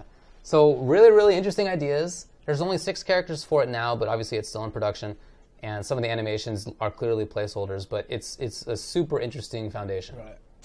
Commander Pepper, Melty Blood did make it into EVO one time, and definitely it is possible that an indie game can make it there. If there's enough players in it, there's no reason why EVO wouldn't put it in the game. Yeah. So put it in the tournament. Right. So, yeah. I highly recommend checking it out. Really, I think it's a very interesting, very well done game. It's only on PC. It's only on Steam right now, so you can check that out over there. It's nice too because in the lobby, since everybody is on PC, you can just type. You can actually use it like an actual chat form. Yeah. Gotcha. Okay. Nice. Yeah, no, I recommend it. Check it out. MvCI is not an indie game though. Oh boy. Oh man. Sonic Fox, I heard, actually helped with the balance testing on the game. Wow, okay. That's cool. I actually heard they hired him to help him with some of the character designs and stuff. He's really good at identifying wild stuff. So, I mean, if you guys don't know the history of this game, just to give people a little bit of background history, I mean, it definitely started as My Little Pony, the fighting game. And in fact, even the cow character with the lasso and everything like that, one of the characters in MLP Fighting is Magic, had that move. And so they were just making this game. It looked really nice. And then obviously Hasbro was like, you guys can't do this anymore because they wanted to, I think they started trying to do a Kickstarter or something like that. But Hasbro came and cease and desisted. But Lauren Faust, the person who created the new My Little Pony franchise, right? Not the 80s one that we know, but the new one, was like, but we don't, their intention wasn't to shut it down, stop. They were like, we're sorry, you can't do this. So Lauren Faust, the creator of My Little Pony, came and created all these characters for them. So like the character designs are literally from that original creator. Yeah. And then they went from there. So. And they're not all ponies. In fact, are any of them ponies? No, none of them are ponies. Yeah. There's not a single horse in there right now, right? It's literally a cow, a reindeer, a llama. There's a sheep. There's a sheep. Yeah. I don't think any of them are horses at all. The funny one, the puppet character, Palm, she is the sheep. She's the one that's scared all the time. Okay. But she has all these dogs. So like rather than the dog having a bunch of sheep, like in an actual, the sheep has a bunch of dogs and like tells them where to go. She's a dog herder. Yeah, exactly. Yeah, that's actually kind of. Oh yeah, a dragon horse and a unicorn. Right. Yeah, I actually really want to try the dragon just because it's Chinese, right? Tianhua is the name. Yeah. So yeah, Skyfire I think is what it is. So, but yeah, I guess unicorn is kind of a horse, but not really. I would say no. I would say it's not a horse. Okay. Cool game. I haven't had a chance to really sit down with it. At CenCal Standoff, someone had it on a laptop, and I saw Tatsu messing around with the reindeer character, so that's the only character that I've messed with was the reindeer so far. I haven't messed with any of the characters, but like I said, I would probably try Tianhua, who I heard actually has a command throw as well. So. Not really. It's listed as a grab in the game, but it only works against airborne characters, and you basically use like launch into it as a combo ender. Gotcha. So. Okay. Not really. Okay. But yeah, it does work on laptops. I tried it on the old tablet here, and it worked. So okay, cool. If you want a game on the go, there you go. Nice. Yeah. What a slogan. Game on the go. There you go. Haha. All right. Okay. That's them's Fightin' Herds. Definitely check that out. Do you want to take another break, or do you want to just finish this off? Yeah, just finish, I guess. Finish this off. All right, let's do this. However, I'm going to be eating. Okay. All right, so lots of interesting news, actually. Okay. Lots of good stuff to talk about today. Some event news. We've already gone over the results of some stuff, but let's talk about some upcoming events. They just announced that E-League is doing a Tekken 7 event. That's right. Right, so now they're going to be doing a Tekken 7 event, which you told me was an actual one-day event. On E-League, they will space it out through 4 episodes. Right, on TV. But on stream, they will show it all, and that is going to be this weekend. Right. So that is taking place this weekend. It's going to be in a team kind of format. So there are 4 captains. Okay. And then they like draft players to have like a team battle. Okay. Do we know what the teams are, or are they drafting it live? They'll be drafting it there. Yeah, we only know the captains. Who are the captains? I don't remember. See if they list it here. They do. They definitely do on the E-League website. Okay, I'll also look on Tekken Gamer as well. Let's do this. Here we go. See if I can list the captains. They do not list the captains here, so. Well, in any case, I'm sure. But it's like most of the players in North America that you would expect. There's no. I think there's no Bronson, if I recall correctly. But that's probably because of Bronson, to be honest. So someone says that Fab, Anakin, Cuddlecore, and Pokechop are the captains? Oh, there you go. Oh, yeah, there's a link that yeah, there you go. I thought that was the one that I was looking at. Okay. I thought that was the one that I was looking at. Oh, no, this is a different link. Okay. So, yeah, Cuddlecore, Anakin, NYC Fab, and Pokechop are going to be the captains. I'm so glad Pokechop is there. I'm so glad Pokechop's there, dude. Holy crap. But the other players that they can draft are Jimmy J. Tran, Speed Kicks, Rixta, Kawaii Face Miles, Peeling, Jackie Tran, Lil Majin, Brawl Pro, Joey Fury, Mateo Galvin, Cody, Spirojin, Shadow 28Z, or 20 ounce, NG Obscure, Way Gamble, and Incognito. There you go. So that's going to be this weekend. Let's see. Twitch.tv/eLeagueTV is what it's going to be on this weekend. So definitely check that out. And then commentary will be most of the previous E-League commentary because they know Tekken level. Right. Steve, Rip. Yeah, Steven, and Rip. And then Markman will be joining. Yep. Which is good. I'm glad. Yes. Speaking of Steve and Steve, last week I got to do the Arc Live thing. This week they will be on Arc Live, and they're going to be talking about the new Guilty Gear patch that's coming out on March 1st, I believe. Yeah, so the new patch is coming out on March 1st. So there's actually going to be some new balance patches to Guilty Gear Exit Revelator coming out soon. All right. So, that's today. I mean, tomorrow. Wait, no. 2 days. Thursday. Thursday. So I will definitely be taking a look at that. And trying to get back and play some more Guilty Gear and see what we can come up with. So they will be on that show. Arc Live will have its normal host again, which he was there the first week. P. Diddy is the couldn't make the second week, but he's there for the third week now, so he's the regular host there. So they will be all on there, so they will be talking about that. That should be on twitch.tv/ I think it's Arc Revo, I believe. No, not Arc Revo. ArcSys Works. ArcSys Works, my bad. Okay. So there you go. Or it's either ArcSys Works or Arc System Works.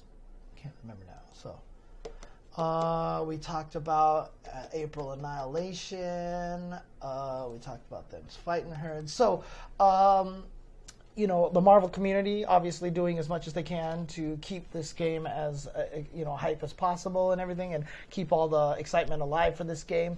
One of the events that here in SoCal that Dr. Snaketits and Baba Ganoush have always put on was the Pasadena Regionals, which is always a high stakes Marvel tournament. They are doing that again this year. It will be before EVO, if I'm not mistaken. Yes, so it'll be July 28th through 29th. And they will be playing Marvel Infinite and Ultimate Marvel vs. Capcom 3 and Dragon Ball FighterZ. Oh, cool. So they're going to have all 3 games at the Pasadena Regionals. Again, it's usually a kind of like a high-stakes tournament where a bunch of people show up. It used to be at Dr. Snaketits' house, and then they went to another venue, and it keeps growing year after year, but it is a Marvel-specific tournament. Is it still going to be high stakes in the way it previously was? Might not be, it might not actually. Might not be. I'm not sure. Well, let's see. Registration for the event is now open. Oh, check it out. Is it $1 billion? GGG.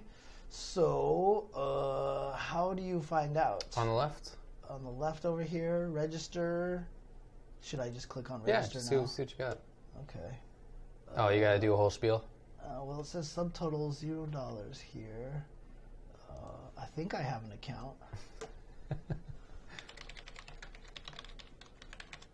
What the hell would my password be for this? Oh, well, I don't know, man. Oh, sweet. Oh, you nailed it. It says total 0. Yeah, just go. Continue. Oh, there we go. There you go. $25 for each game. So it is fairly high stakes. Pretty high stakes. Pretty high stakes. So there you go. $25 for each game. So if I entered all 3 of them, it would be $75. Woohoo! There you go. Okay. He really clicked on all 3 of them to see what the tally was. I just want, dude. You know what? Honestly, that was more OCD QA, kind of. I just wanted to click the buttons, kind of thing, more than actually using it for the math. So, because I didn't even see what the total was at the bottom. Oh, okay. Yeah. I was just clicking on them just to click on them. So, but that will be coming up soon. So, yeah. Man. New patch note for Dragon Ball coming out. Yes. But the patch notes it doesn't seem like they had any gameplay changes on there, really. Just a couple. So that Ginyu glitch where he gets a free level 3 is going to go bye-bye. Okay. So there's that. And then the other important one is probably that you can't, if you snap somebody in, snap back. Ooh, sorry, there was just spicier than I thought. Oh, okay. If you snap somebody in, on the incoming, you can't cross them up. So they just get to hold back on incoming. Really? Yeah. So that whole Gotenks thing that Don is doing won't work anymore. I believe that's accurate. Whoa, interesting. Okay. Majin Buu does have that bug that he accidentally turns somebody else invincible. So Android 18 fixed the bug. Voice mount synchronization. Okay. Fix the bug that reversed the guard controls when a character is being changed by a Dragon Rush. Is that what it is? Yeah. Or maybe it's a bug. Reverse the guard controls. Maybe then it would just, like, for some reason you had to block the wrong way to block it or something like that. I don't know. But I think that kind of sucks if it means that there's no more incoming mix-ups. Mm-hmm. Right, snapbacks are really strong in Dragon Ball because they're meterless. But I don't like that they would make it so that there's no mix-up on incoming. You know what I mean? Well, or I don't know. Maybe you can still mix up with grab or not. Maybe you can do Dragon Rush or not. Right. A lot of people. I mean, another thing that they said though was that they are trying to fix the online as much as possible. Fighting games, man, it's so hard because the online makes or breaks a lot of these fighting games. People have talked about the numbers dropping on Steam. Now, that naturally happens no matter what for any game. This one might be in particular kind of harsh, but that's because, one, there was that many more players, and two, the online wasn't great, right, at the start. But I do love the fact that the producer came out and was like, I'm sorry, the online's not good. We're fixing it. This is not going to be perfect. We're going to keep trying to fix it. I just appreciate the communication, which is what a lot of people have complained about Capcom in the first place. That was the main thing, was that there was no communication about anything, right? And so the fact that the producer has come out and talked about the online for Dragon Ball, I think is really cool, and I'm really happy about that. So I highly agree. Mm-hmm. Yeah, they're also making it so that Piccolo's Super, where he does all the little things, the explosion is way smaller, so you can actually see what's going on. So the mix-ups are not quite as wild. But I mean, there's so many explosions where you can't see anything, so... I don't know why they did that. That's weird. Okay. That's very strange. Okay. New DLC characters, I'm sorry, not DLC characters, but new characters announced. Fighting EX Layer is set to release by the end of June 2018. And there are actual character trails now for 3 more characters, which is Crackerjack, Blair, and Shadowgeist. And I don't know what the hell happened to Shadowgeist. Shadowgeist was basically the rival to Skullomania. Oh, I don't remember. He was Skullomania's rival, right? Because superhero, supervillain, I guess, basically. Okay. But I don't know if Shadowgeist was even evil or whatever. But anyway, they were rivals. And he looked like Skullomania. He was a scrawny little dude. Now he's like super beefcake status. I haven't seen these trailers. Yeah, I haven't seen the trailers yet either. So I'm going to have to sit down and watch these at some point in time. But yeah. And then there was also a teaser image that was sent out that had 2 shadows behind Shadowgeist, 2 silhouettes that look like new characters. And apparently the producer was like, no one will guess who they are. But like some people have said one of them looks like Nanase, which is the chick with the pole. There's another Nanase, not the one from Unio, the one from Unio. So, well, it was cool. I mean, I'm looking forward to that game. At least a little bit. I don't know. I'll play a lot of it. The hard part about it is they've said that they don't really have any intention of making it very balanced. That's the only downside of the whole entire thing. So, pull them. So you need a bit of jail. Put him kick. Oh, man. Oh, they can't even hear us, huh? Interesting. Okay. Sorry. Yeah, they're just saying that when the thing is playing, they can't hear us talking. So, oh, okay. Yeah, I have to figure out how that was. I need to figure out how to get that on XSplit to work better. So, area, geez. Sharon, do they want Sharon? So, okay. All right. So that's announcement right there for Fighting EX Layer. But they also announced that Ivy and Zasalamel are in Soul Calibur 6. That's right. So brand new characters there. Ivy is looking as well-rounded as usual. Returning, yeah. So yeah, and Zasamel, which other game was he in before? I don't remember which. 5 or something. Okay, because he's not a character that I'm particularly familiar with. So yeah. But they were definitely added into the roster. So, Zasmasol. What a name. Ivy looks great. She, she's basically made out of a butt and boobs, but whatever. It's the character. She said well-rounded characters. Oh, very, very nicely done. But yeah, she looks like she always has. Range and some up-close options. And cool. Yeah. Cool ideas. Okay, so they are going to be in there. And then another character announcement. All character announcements coming out of nowhere. Oh, he's from 3, my bad. Okay. Hydern has been announced for KOF14. Oh, yeah, I missed that. So Hydern is going to be added to KOF14. Yes, they definitely have a Hydern picture here. I'm not going to try playing any trailers again because that obviously did not work out very well. No. There you go. So here we go. Fightin right there. So he is also now included in there, which I'm assuming is going to be the update that is also going to include that the Saudi Arabian character as well, right? So, but Fightin has been added. So Oswald, awesome. Fightin, and the other as of yet announced DLC character are set to appear in April. You want to go back to the Soul Calibur one and just get like a pic of it? Oh yeah, sure, yeah. I don't know why I didn't do that. It's a good call. Ivy. Zasalamel. Yeah, so here's a picture of Ivy. Ivy's a cool character. I mean, I like how she plays. You like how she plays. Right? That's right. Okay. There you go. There's Ivy. There's Ivy. That is definitely the well-rounded character. And Zasalamel, right? Zasalamel. There you go. Right there. So there you go. Those are the new characters being added to Soul Calibur. Yeah. Again, returning characters. But yes. Yeah. Just waiting for that big guy, that big axe. That's all. Come on, man. You still got the thing up, by the way, showing. Oh, yeah. So MvCI has been announced that it's going to be on the Xbox Play Anywhere, which then means that you can play on the PC or on the Xbox, and it saves all the saves and everything like that everywhere for one price. Okay. You buy it on one, you buy it on all of them.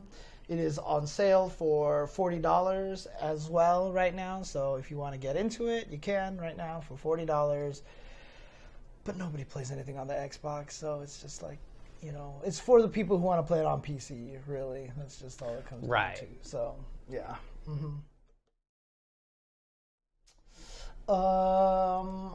Also, Astaroth, yeah. Final Fantasy Dissidia, the Steelbox Brawler Edition is on sale right now on Amazon for $40 right now. So if you want that, it's just one of the special editions that comes with like little art cards and stuff like that. So it's the special edition one that was originally like $60 or something like that, but it's on sale right now for $40. Oh, so awesome! Pick that up. Let me see if I got that right. Yeah, it's $40 right now. It's off of 6, so it's basically 1/3 off right now. So check that out if you want to grab that. I know some people have been picking up that game. I forgot who I was talking to. They're like, yo, this game is actually really sick. Who was it that I was talking to? I can't remember now.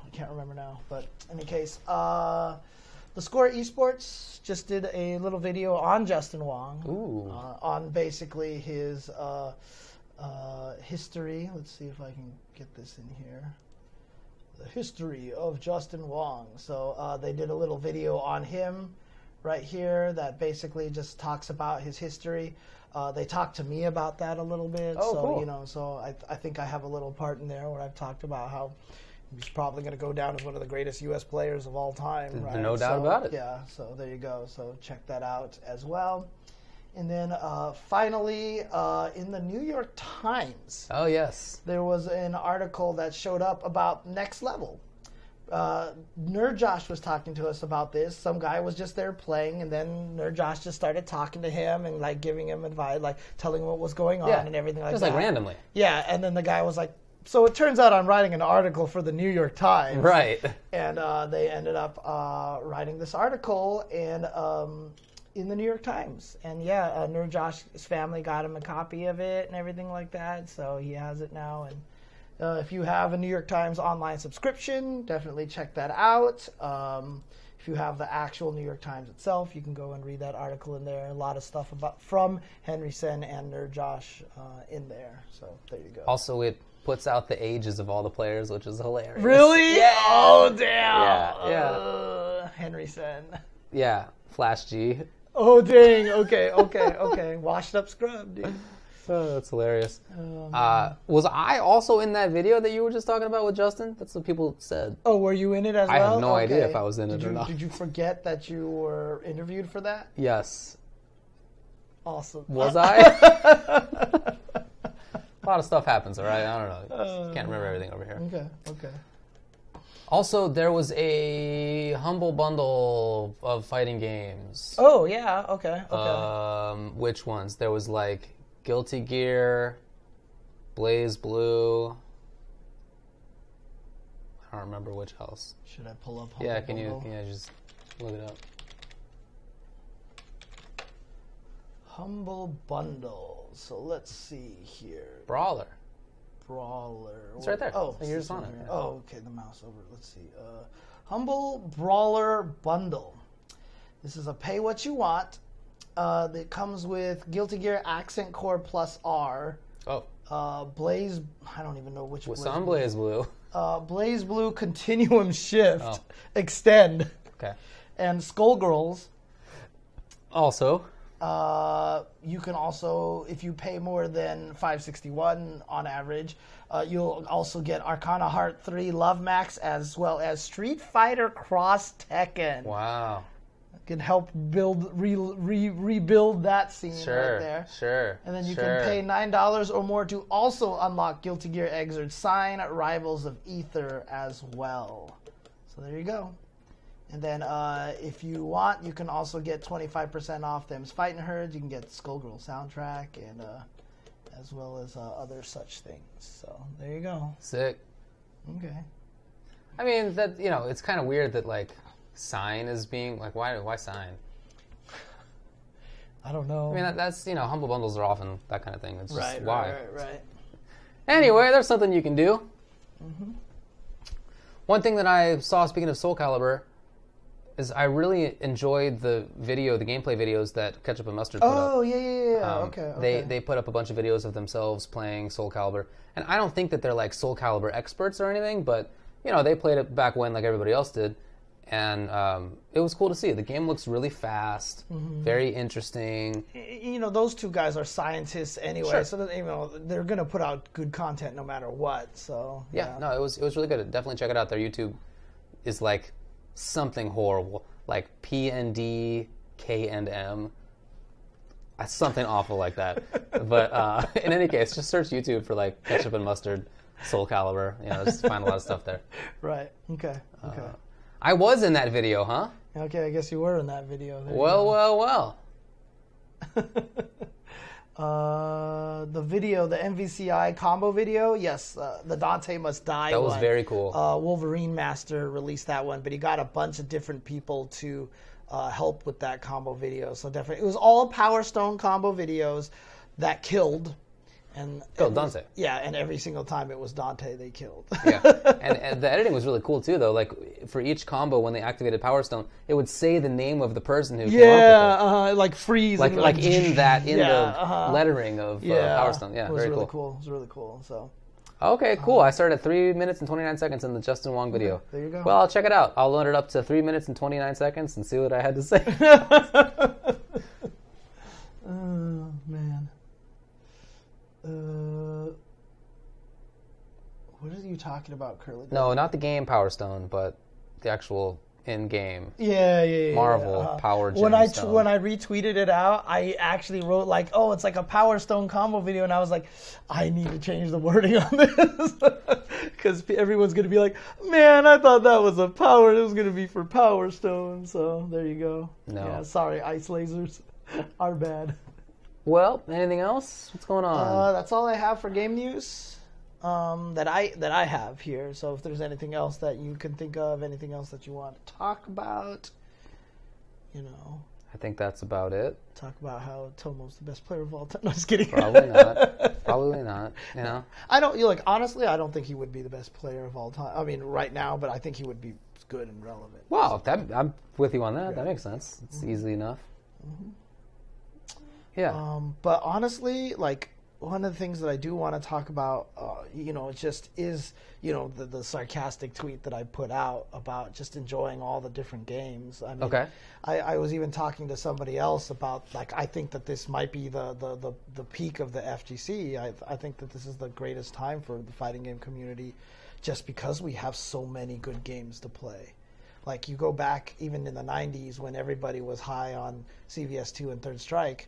one, they weren't high on those games at the time. Yeah. Yeah, and two, there was so many terrible fighting games out at that time. There was War Gods and how many Neo Geo terrible fighters out there, and Mace the Dark Age, Time Killers, and all these like terrible fighting games out there and everything like that. I think we're in a great time, and I think that all the games that we have are fantastic right now. Right. And I think that they're not necessarily the best version of that game. Like, I don't think Street Fighter V is the best Street Fighter, but then again, what is the best Street Fighter, right? Yeah, personal opinion, of course. But we are in a time where all the games are really solid. They're all super fun. They're all super deep. I've seen...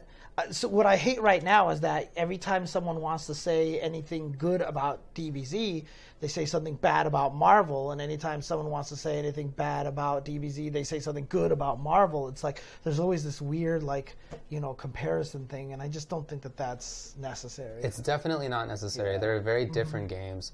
But it's also not useful. I don't know who thinks that's a good point to get across. Like, why would that convince anybody to play or not play? Just let people play the games that they enjoy. You don't need to play games that you don't like, and you should play games that you do like. It's pretty easy calculus. What do you think of this Sonic Fox Goichi thing? Oh, yeah. Excellent. I'm so happy it's happening. I mean, yeah. How could you not? It's those guys have never been, well, at least not for a long period of time, not playing the same game, and yet they've dominated other games and subgenres, and that's very cool. They're super talented, the both of them, and this is the best part about Dragon Ball right now, is that it's bringing all the communities together. Definitely. A lot of people had talked about when Street Fighter came out, they're like, everyone's gonna play that. Then when Marvel came out, remember when it first came out, everyone was talking about how like it was bringing all the communities together. Yeah. And then now Dragon Ball is actually doing it. So yeah, it's really exciting. Yeah, many games in the past have seemed like they had the promise to do that. And you have conversations with people, like I remember Marvel's a good example. I had conversations with people from NRS scenes and anime and Street Fighter and whatever. They all said that they wanted to play. Right. And then when the actual game actually released, and I hit them up to play, they were like, maybe next week, etc. Dude, that's how it always happens, dude. Always has happened. But now Dragon Ball, that's actually happening. Yeah. They actually are playing this different game. So that's awesome. Excellent. Anyways, someone just said excellent Bill and Ted. Bill and Ted. So here's a good question from Herb in the chat though. Who do you think would win? Who do you like? I like Sonic Fox. Yeah. It's hard not to. Maybe I'm a homer about it. I'll admit it. It's hard not to. So, I think Sonic Fox is the favorite right now, for sure. For sure, huh? Yeah, especially after what he did to Chris G, being sent to losers 2-0 by Chris G and then coming back and 6-0ing him. Like, that's kind of nuts. Like, if he knows that this card is coming, he'll go watch all of Goichi's videos, and that'll probably be it. You think that's it, huh? Yeah. Dang. Prep Time Fox. Prep Time Fox is pretty scary. Dude. Fox Man. Which, of course, is funny because he lost to Batman at the... Oh, dang. Yeah, so there you go. But I do. It wasn't a surprise to me that Chris G did as well as he did at WinterBrawl. No. He did really well at the Long Beach tournament, whose name I forget, for Dragon Ball. Oh, Dragon Brawl? Yeah, there you go. Okay. Dude, he's been beating everybody on the West Coast. Right. So yeah. Yeah, exactly. So that wasn't a surprise to me. Yeah, that was the grand finals. It's no shock. Sure. Chris G's definitely, I think, one of the best in the game right now. So. Definitely. Really excited, dude. What's your question, Deathbringer 1662? My question for you is, why 1662? What happened that year? Yeah, I know, what happened in right? 16? A lot of things happened in 1662. Was that like the Black Plague year? I mean, there were a lot of people died in 1662. I guarantee that, for many different reasons.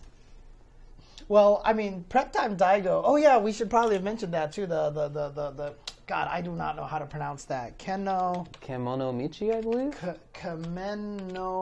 Something like that, buddy. I don't know. Kemonomichi. Kemonomichi. What did I say? Right? No, I don't know if that's actually it. I don't remember. Daigo, Tokido. Kemonomichi, yes. I was right. Okay. Kemonomichi number 2. the 3 cards have been announced for that. Kemonomichi. The 3 cards have been announced, and the top billing is now Daigo versus Tokido. Ooh. And even though, and we're talking about prep time, because remember, prep time Daigo's beat everybody up. Did you watch the trailer video? Daigo's in there. He's just like, yeah, if we do a 1st to 10, there's no way I'm gonna lose. I mean, like, I'm like, of course I'm gonna win. Like, he has like literally just been like, no, he was like, I don't see how I could lose. So he's pretty confident that he's going to take out Tokido. But then, of course, the second card is Tanukana versus Yu. Oh, cool. In Tekken 7. 2 of the top female players in Tekken in Japan. And then, of course, in Super Turbo, they're going to have Kotaka Shoten versus Ito. Interesting. As well. So I really like these events that he's putting on, these little, card matches like that. I think that's super cool. So. Oh, I do not have cerebral palsy. That's a lot more serious than what I have going on, that's for sure. I just have something that's called cervical radiculopathy, which is basically that the little area of the spine that the nerve comes through between your brain and the rest of your body is too small, so it's impinged. It's basically an impinged nerve.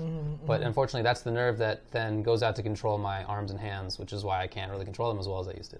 So, it's way less serious than cerebral palsy, that's for sure. And what stick I use my own split box that I have shown off on this program before, although the PCB died. Yeah. So I ordered a Brook UFB PCB to replace it. That should be here next week. Okay.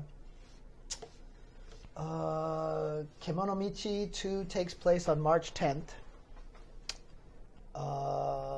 That will be streamed probably on Twitch TV / Daigo the Beast TV. So, makes sense. Yeah. No, not Spliff Box. That's hilarious, though. Split Box, because it's a hit box that I can separate into 2 halves. I can split it. Come on. Oh, yeah, that lawsuit in New York, right. So the Southern District of New York, which is a federal court at New York way, the judge in that case decided that a website that was had hosted an image from Twitter, so they weren't hosting it. They had, what did I just say? They're not hosting it. They embedded it. Right. Twitter was hosting it. That just embedding it on their website was cause for direct infringement lawsuit.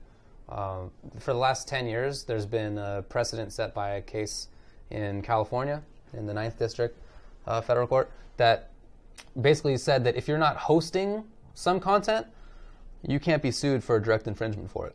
Some other ways to bust somebody for that, but not like direct infringement. So this is a new thing. If so, what's going to happen next, maybe, is that there will be an appeal. Then the court above them gets to decide it. Ultimately, maybe the Supreme Court. But since they're in different districts, that's the 2nd District, we're in the 9th District, that case is not actually going to matter for people in California or the rest of the country, only in New York. But since New York is gigantic and very important, it matters. It definitely matters. So it would be bad news for the internet if you could bust anybody who had embedded any image for copyright infringement, needless to say.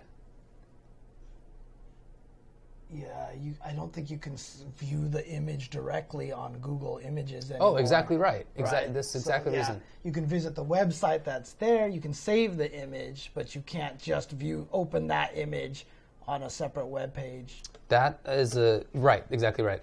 That so previously, the rule that I talked about from 10 years ago, that was actually set against, well, Google was sued in that case, and for doing exactly that, right? For like going to image search, and then you could see image. Google was sued for it, and the court said that they should not be busted. Do you know who the plaintiff was in that case? Who's that? It was a porno company. Perfect 10. I mean, it's not like hardcore porn, but like nudie pictures. Oh my God, that's funny. Perfect 10 actually has a couple of really big important cases. They sued Google and they sued Amazon, and Yeah, even if you actually, there's one more recently than that too. Even if you do the right click and open tab, or like open image and new tab, you're only opening that preview image on Google. You're not opening the actual image. So that doesn't work on Google Image unless, because if the preview on on the Google Images site is smaller than the actual graphic, you're getting the small version, not the whole thing. So that's why that doesn't work. There's a lot of funny cases like that in the law. A lot of stuff gets set by weirdos. You know, I mean, because think about like what the test cases are. The important cases that set new rules. They're often made by parties that are like doing new weird stuff. So there's like porn cases, and there's a famous case with Hustler and the guy who ran that thing, and yeah, that's an actually really important free speech First Amendment case. Yeah. The People versus Larry Flint was a movie that came out that was all about that. Exactly. I remember that. I never saw that movie, but I never read it. Yeah. I remember hearing about that. So yeah, I'm not saying it's weird to you know what I mean. You know, the Hustler company actually owned Tips and Tricks magazine. What, really? Yeah. That's funny. So basically, I had a friend who like worked at Tips and Tricks, and he just walked up to me. He's like, "Hey, you want a bunch of Hustler magazines? I can get them for free." I'm like, "No thanks, but I'll keep that in mind." Dang, back in the day, that was gold, dude. Yeah, I know, right? Before the internet, jeez, man. God. Yeah.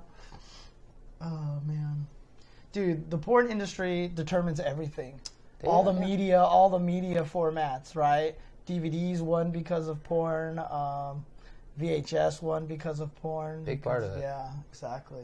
Porn was one of the first adopters of photographs. I mean, this makes sense. Right. People are trying to see naked people, James. There always are. It's never going to stop. Never, yeah, for sure. Never going to stop. It's going to be the way for forever, pretty much. So, oh man, we're going to get shut down by Twitch so bad right now. We're talking about porn. Hey, talking about the law, right? Exactly. Talking about law. Porn did help Blu-ray. That's what got Blu-ray to win against HD DVD, right? So when the Xbox 360 came out, they had the HD DVD drive, and the PlayStation was trying to push the Blu-ray. And Sony has always failed. They failed on the mini cassettes. They failed on the stupid UMDs and everything like that, on the PSP. They've always failed. And Blu-ray was their first new format success because the porn industry went with Blu-ray. And that's why Blu-ray won over HD DVD. Do you know why they picked Blu-ray? I think it's because it had more storage on the disc. I think that was basically all it really came down to. So, yeah. Huh. Yeah, porn killed Betamax. That's for sure. So,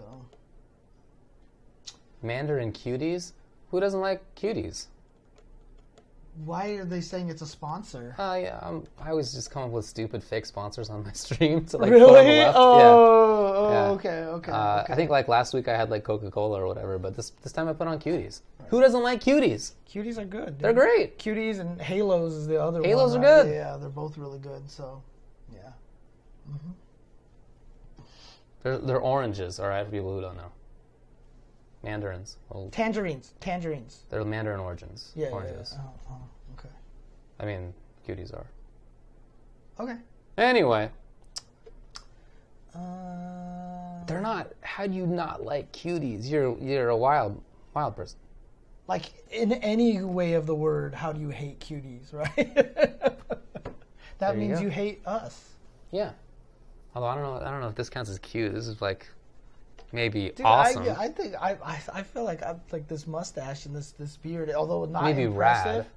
Rad. I think it's kind of impressive, to be honest. Impressive, maybe. I just feel like cutie is not the right word. Yeah. Okay. Fair enough. Look at this guy. Oh man, I'm gonna shave it for sure. But it's definitely dead like tomorrow or the next day at the most. I don't know if this counts as a mini spoiler of Super Mario Odyssey, but last night I defeated the hardest thing in the game, and I was really excited about that. So that was a lot of fun. So, game is so good. It's a good game. Ridiculously good. So, there you go. I really want to get on Dragon Ball and try to find another character. Just play 16. Probably just play 16. Just pick him up. You will like him for sure. Okay. As soon as you press the H button and you get right throughout somebody else's plans. Armor. Whatever their plans were, you're just like, bam, I'm going to really get out of here. Yeah, I know. As soon as you press that button, you're like, yes. Okay. Alrighty. Thanks for watching, everybody. We're not doing anything this weekend. In fact, I think the next thing we're doing is Final Round. Is it that Final Round that we're doing next? I believe so. Okay. Well, at least for me. Just as a warning, we won't be doing the Tuesday show next week. If I'm free, maybe we can do the Thursday show or something like that. What's Tuesday? But I will be out of town on Tuesday, okay. So I will not be around on Tuesday. So, but maybe we could move it to Thursday or something like that. So, okay. All right. Talk to you guys later. See you maybe next week. If not, then we will see you in a couple of weeks. So. All right, peace out, everybody. Beep, beep, beep, oh, beep, wait, beep. yeah, we're not done yet. We're still here. Yeah, I think Yamcha is not very good. That's why I dropped him.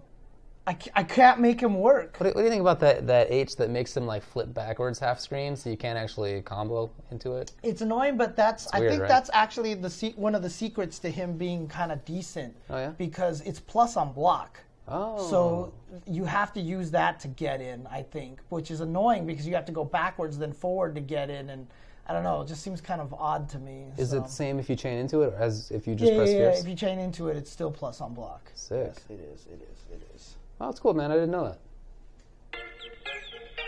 I feel like I don't know anything in that game. It's so complicated. There's a lot to learn in that game. Yeah, I really like it. And like I said, it's really subtle between all the different characters on what you can do and can't do. So. Yeah, Theo got top 8. It's true.